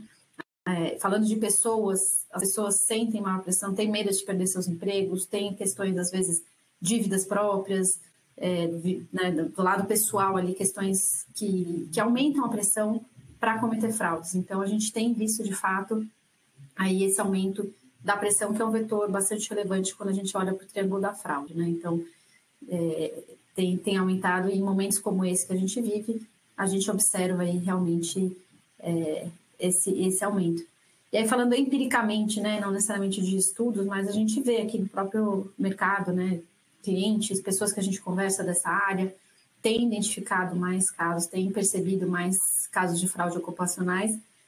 E aí um pouco da minha percepção também, que não é só que aumentou o número de fraudes especificamente, mas também aumentou a quantidade, talvez esse aumento esteja vinculado à quantidade de denúncias que estão sendo feitas, né? Onde as empresas, elas têm mecanismos ali de canal de denúncia, né? Das pessoas poderem reportar suspeitas de fraude de forma confidencial, de forma mais confiável. As pessoas têm tido mais confiança para reportar. A gente vê casos aumentando onde funcionários ou pessoas fazem denúncias diretamente para o auditor ou por algum órgão. Então, com isso, acho que aumenta também a percepção de que tem mais casos de fraude. Sempre foi um assunto relevante e continua sendo aí no contexto atual que a gente vive. Eu tenho a impressão que como posso colocar, as pessoas querendo fazer fraude se tornam, vamos dizer, estão sendo profissionalizados, tipo, eles estão focando onde tem recurso, focando nas várias formas de extrair valor das empresas e montando grupos e formas diferentes para fazer isso. E até os detalhes daquele ataque nos bancos me assustou, na verdade, no nível de sofisticação que foi utilizado. Mostra mudança nesse ambiente. E você falou do aumento dos 25% nos valores, que talvez seja um reflexo disso. Sim.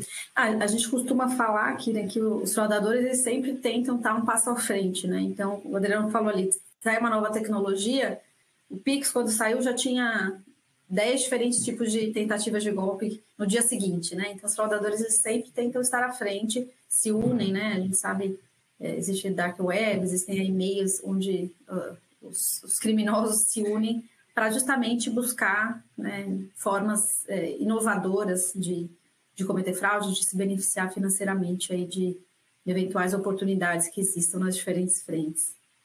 Aliás, eu posso fazer um convite para quem acha que, que quer entender mais sobre esta parte, para vir visitar nosso grupo aqui e conhecer até esses jogos de ataque e defesa da empresa, e também para acompanhar esse site do Dark Web. Eu me lembro que, numa das apresentações que vocês deram, eu fiquei lá e você vê ao vivo o troca de informações roubadas dentro do Dark Web.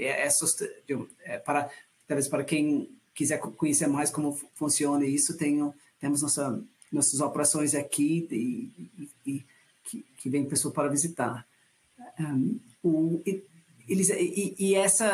Talvez...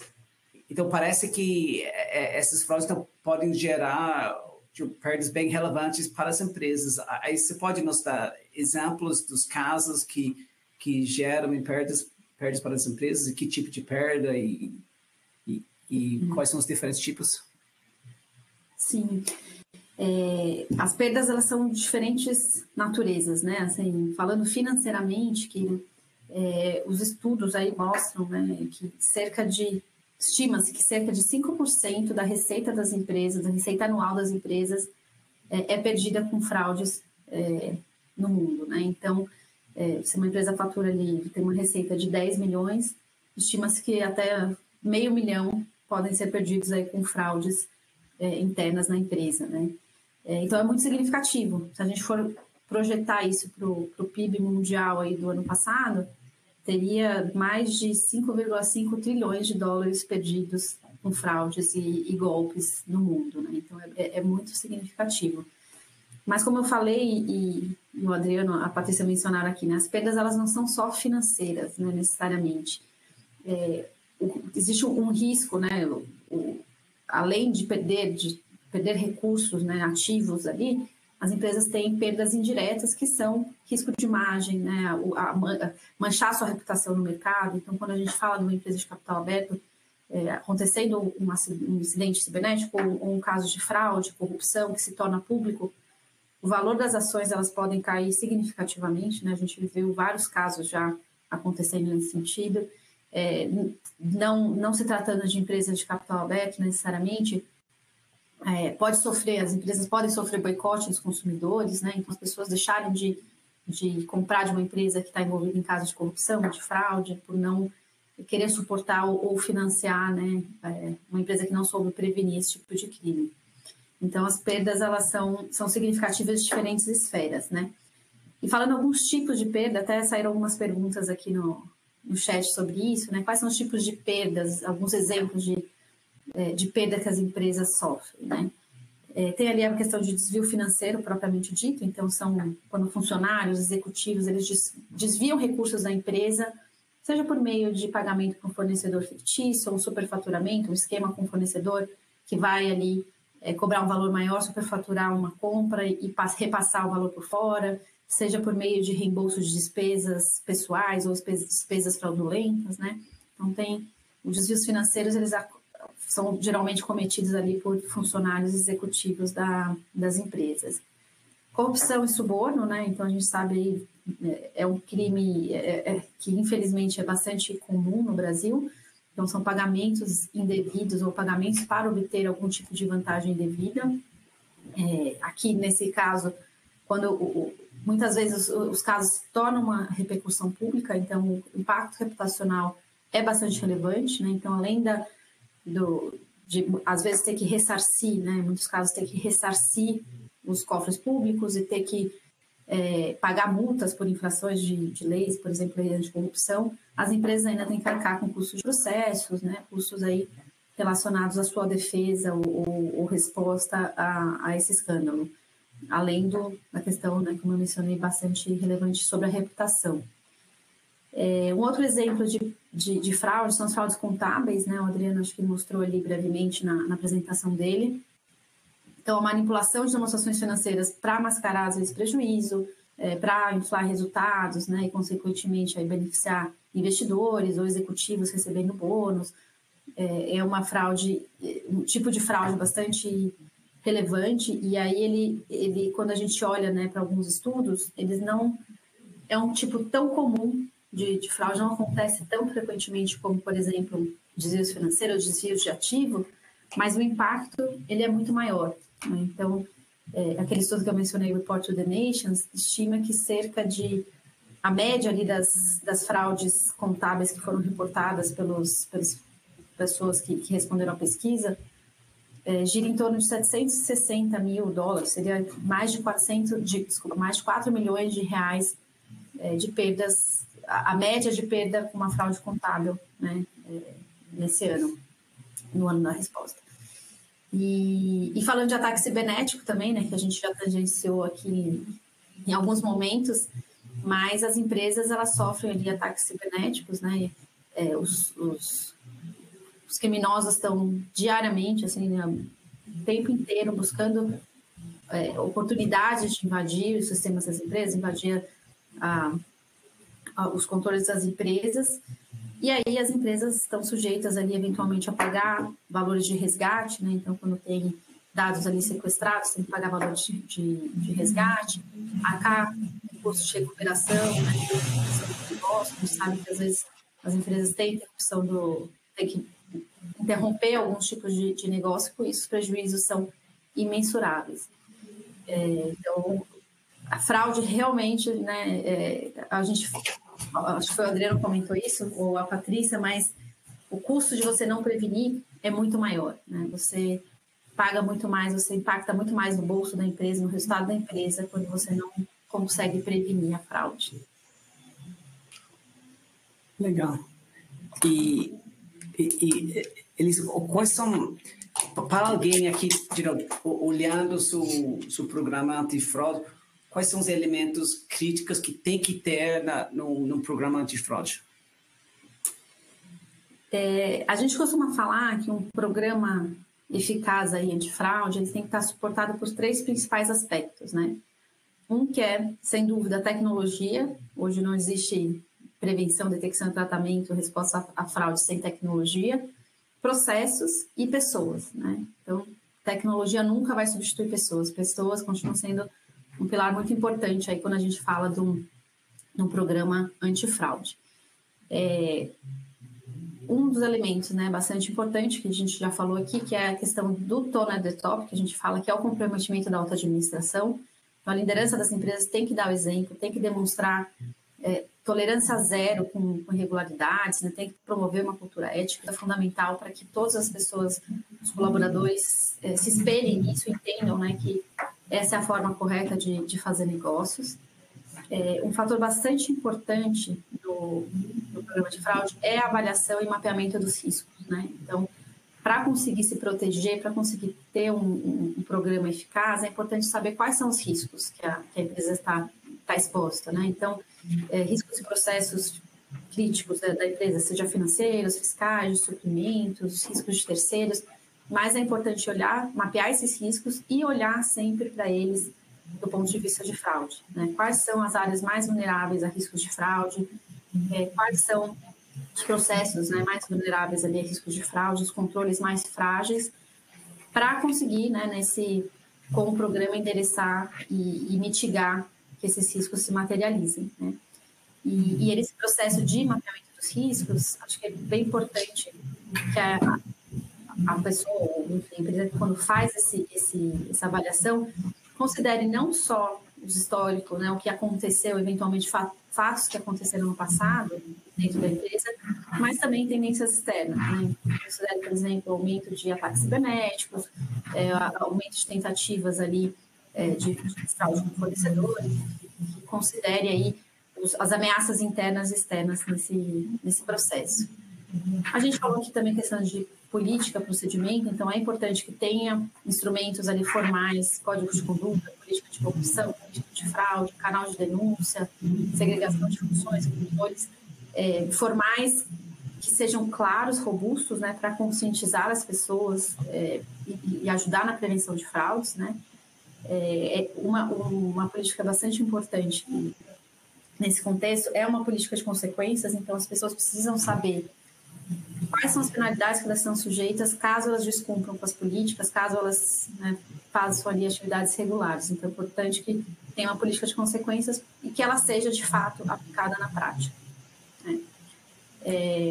A política também não adianta muito sem ter um treinamento, uma conscientização sobre elas, então é importante que as empresas façam capacitação contínua dos colaboradores, né, eventualmente dos terceiros que se apliquem, não só sobre essas políticas, mas também como identificar, como prevenir e denunciar fraudes, né? Muitas vezes você tem ali uma pessoa da primeira linha de defesa que precisa ter um treinamento constante, tem que ter conscientização constante de como poder detectar, prevenir e detectar uma fraude acontecendo na ponta. E é importante mencionar que esses treinamentos, né, sobre de fraude, sobre questão de compliance, eles não devem ser apenas na contratação dos funcionários, né? Então, ele deve ser um programa contínuo de reciclagem, onde os materiais são revisitados, né, os aspectos são atualizados. A gente sabe que é um ambiente, a gente vive num ambiente dinâmico. É importante que toda essa questão de treinamento e conscientização seja feita periodicamente para fortalecer aí as formas da empresa se prevenir e detectar fraudes. Outra... Não, pode continuar. Perdão. Outra, né, um elemento bastante importante, mecanismo de detecção e monitoramento de operações, então, muito alavancado por tecnologia, a utilização de tecnologia aqui conta muito, então, como que implementar softwares ou sistemas que ajudem a identificar ou detectar fraudes. A gente sabe que existem algumas ferramentas, né, que monitoram ali real-time, tempo real, pagamentos para fornecedores, por exemplo, então conseguem detectar ali de forma instantânea eventuais comportamentos que não são usuais ou anomalias que sejam identificadas ali no caso de pagamentos, por exemplo, pagamentos para fornecedores não cadastrados, vários pagamentos para fornecedores no mesmo dia, pagamentos para fornecedores que acabaram de ter alteração na conta bancária. Então, monitorar transações, né, monitorar dados ali ajuda bastante nessa prevenção. E, por fim, né, um plano de resposta aí, no caso, identificou-se uma fraude, né, detectou-se uma fraude, como eu respondo para isso de forma rápida, tempestiva, né, e adequada para aquela fraude que foi identificada. Então, como preservar evidências, como garantir que não vai ser dados que são importantes para a investigação não vão ser deletados, como conduzir uma investigação, como saber em que momento eu preciso ter alguém independente, alguém externo para fazer essa investigação, porque eu não tenho, eventualmente, capacidade técnica internamente, ou não tenho independência suficiente para conduzir aquela investigação. E acho que é importante, né, a partir do momento que identificou uma fraude, investigou uma fraude, né, um dos principais objetivos da investigação é identificar a causa raiz. Por que aquela fraude aconteceu, né? Justamente para você poder voltar a olhar para os seus controles, né, a empresa olhar para os seus controles e seus processos e trabalhar para que eles, né, se fortaleçam, para que controles sejam implementados ou melhorados para evitar que isso aconteça novamente.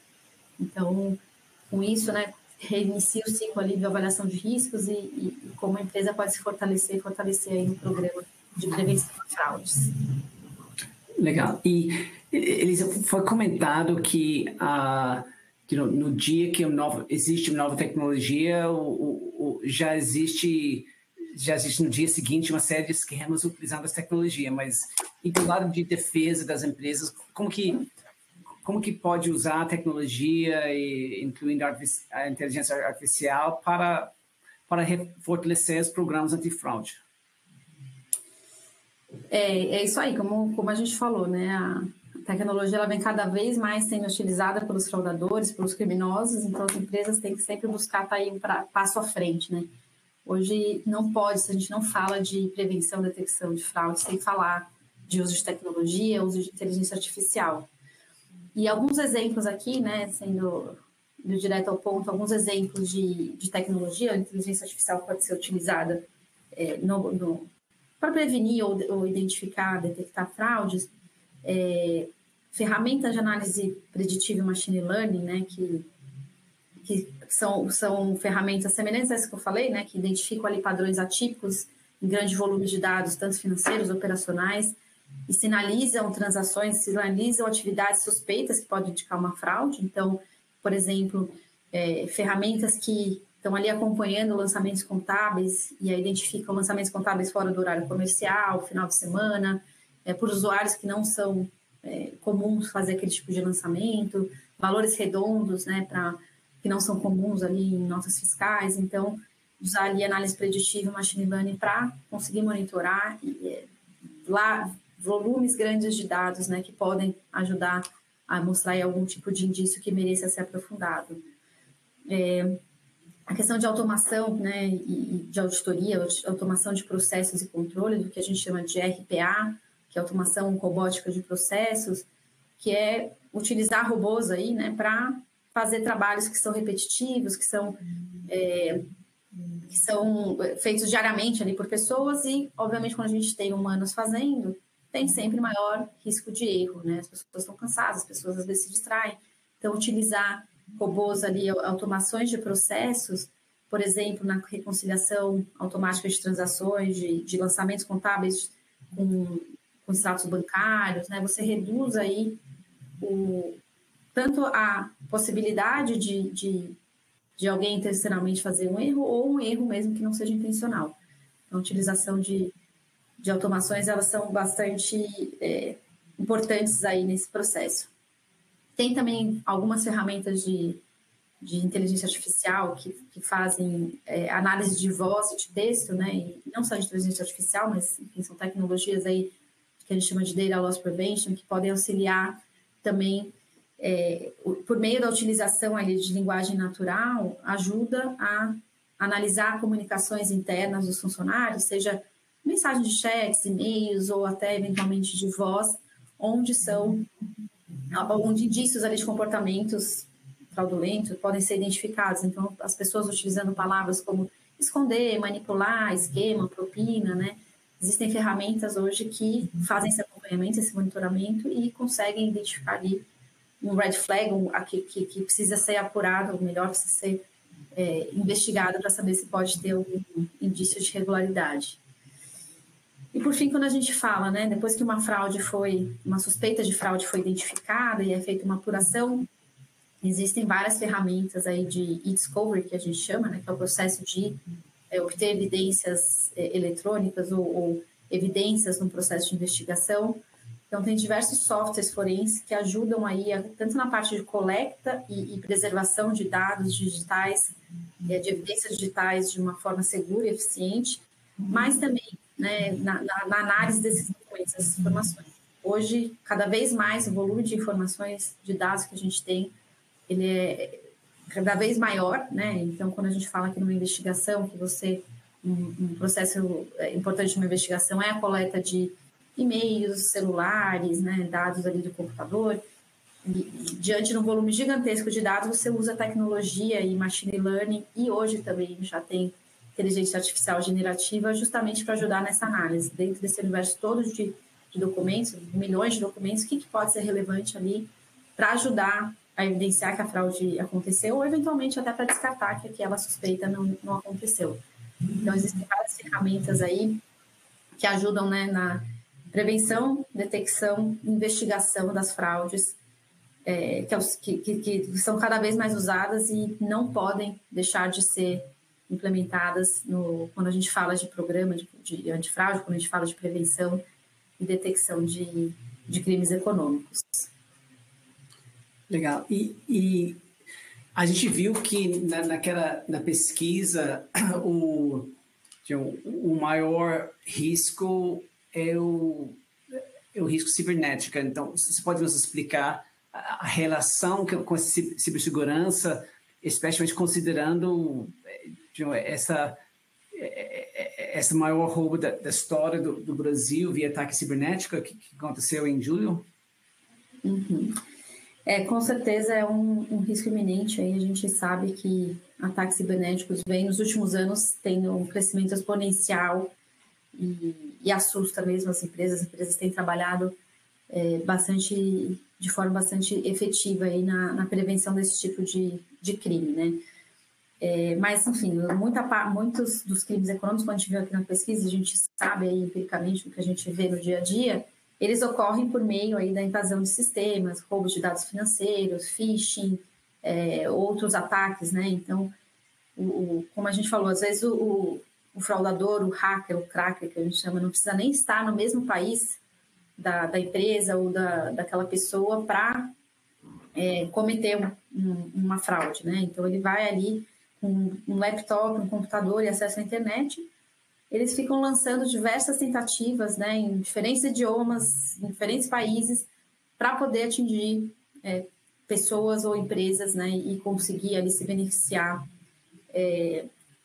financeiramente. Então, vulnerabilidade de segurança, né, fragilidade nos sistemas, são vetores que são bastante importantes e através dos quais essas fraudes, né, a maior parte é fraude externa que a gente fala, então não é cometida por uma pessoa interna da companhia, mas sim por alguém externo, elas são cometidas. Então, identificando, né, o agente externo identifica ali uma brecha, uma oportunidade e se aproveita para atacar, né, para ter acesso às informações da empresa e se beneficiar.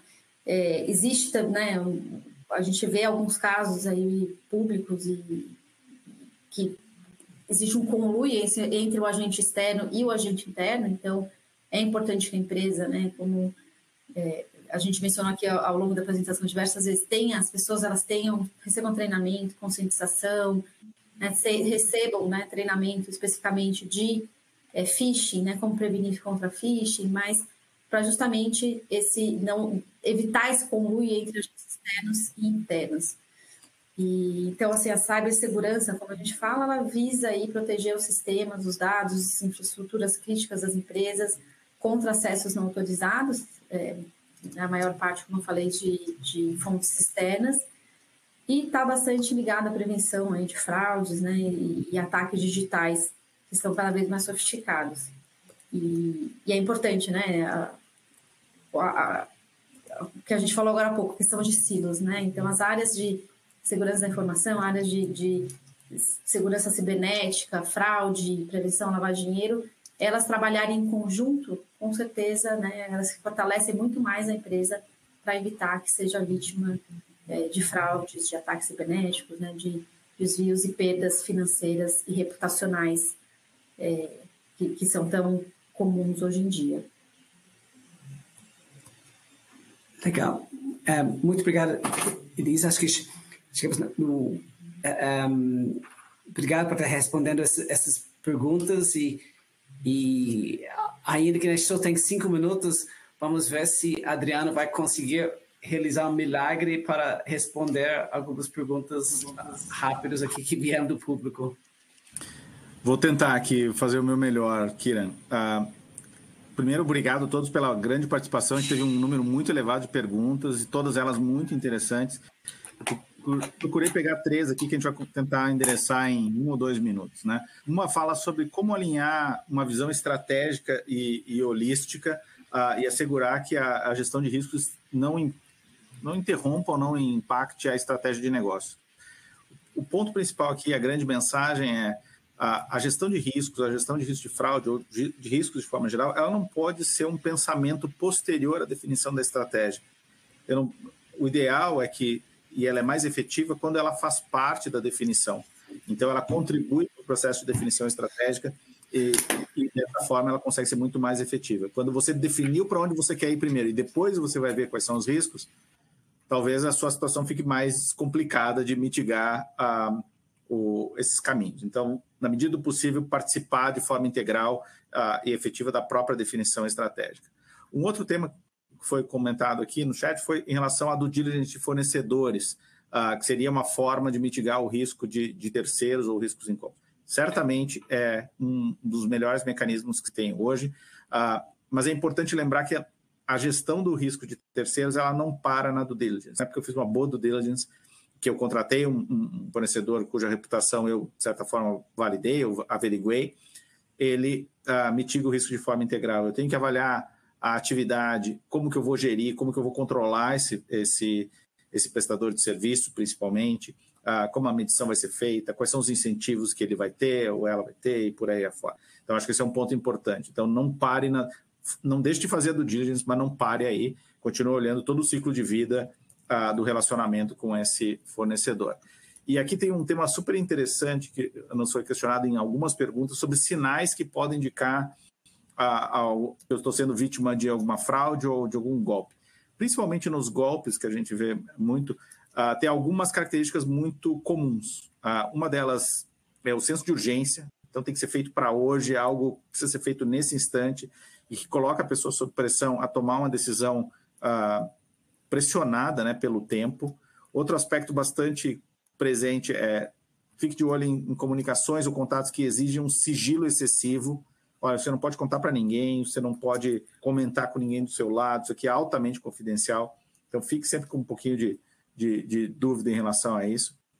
Geralmente, os fraudadores mexem com o orgulho da pessoa, com o brio da pessoa, e não é incomum você ver, posso contar com você, né? Preciso muito da sua ajuda, só você pode resolver isso aqui para mim. Então, ele mexe um pouco com o ego e com o orgulho das pessoas. O bom e velho é bom demais para ser verdade, então sempre desconfie quando a oferta é muito boa, ela é atrativa demais, o preço está muito fora de um padrão de mercado, o desconto é muito grande, ou é atrativo demais. E, obviamente, aqueles mais óbvios, né? Pedidos para baixar algum arquivo, para clicar em algum link, para compartilhar algum tipo de informação, código, PIN, ou que seja. Né? Então, aqui tentei, em 2 minutos, tentar endereçar algumas das pessoas. Obviamente, tem um número muito grande aqui. Elisa, fica à vontade aí também para contribuir. Não, eu só adicionar aqui um outro indício ali interessante, que o fraudador, ele evita se ausentar da empresa, né? Então, ele evita tirar férias, porque ele sabe ali quando ele tirar férias, pode ser que ele não consiga perpetrar o esquema ou consiga, de alguma forma, ele vai ser identificado. Então, é muito comum fraudes serem identificadas justamente quando as pessoas elas têm que se ausentar por férias, por licenças médicas, enfim, e aí que aparece. Então, pessoas que evitam se ausentar também ali pode ser um indício de fraude também a ser olhada. Legal. E, Elisa e Adriano, muito obrigado. Algum comentário final? Bom, do meu lado aqui, só tenho a agradecer pela oportunidade, pelas excelentes perguntas que foram feitas aqui pelos participantes do chat e fiquem atentos, né? Não minimizem o risco, ele está mais presente do que a gente imagina, mas também não é motivo para a gente ficar paranoico. É importante ter noção do risco e tomar ações para avaliar o equilíbrio adequado entre correr um risco e mitigar esse risco, né? A melhor forma de não correr risco nenhum é não fazer nada. Então, a gente precisa achar um equilíbrio que seja adequado, que nos permita evoluir. Legal. Elisa, muito obrigada. Agradecer a participação de todos e todas. Foi muito bacana. A participação por meio de perguntas também foi muito intensa. A gente vai tentar aqui, na medida do possível, responder todas ao longo do dia. Mas obrigada e nos vemos aí nas próximas edições. Legal. E aqui você tem os contatos direto dos nossos panelistas de hoje, caso você quer entrar em contato para tirar suas dúvidas. Lembrando para todo mundo que semana que vem, na quarta-feira, às 9 horas, de novo, marque na sua agenda, tudo quarta-feira, às 9 horas, tem evento Novas Perspectivas, valendo treinamento profissional.crc. E aqui, semana que vem, vamos falar sobre controles internos e como que se deveria fazer os controles internos para endereçar os riscos da empresa e por isso, e como fazendo desta forma faz esses controles internos serem mais eficazes. E a gente espera que todo mundo nos acompanhe na quarta que vem. E aí, com isso, chegamos no ponto mais importante, quando a Raia vai anunciar o prêmio de chocolate, quem era a participante mais participativa que vai levar o chocolate. Olá, Kyrian. Bom dia a todos e todas. Eu agradeço pela participação em nosso evento. Hoje a vencedora do nosso prêmio dos chocolates foi a Michele Conceição, da cidade de João Pessoa, na Paraíba. Eu peço que, por gentileza, aguarde um contato nosso. Parabéns, Michele. Já vamos entrar em contato. E aí, com isso, chegamos no final de nosso evento de hoje. Agradeço a todos e todas e até quarta que vem. Até lá. Muito obrigado.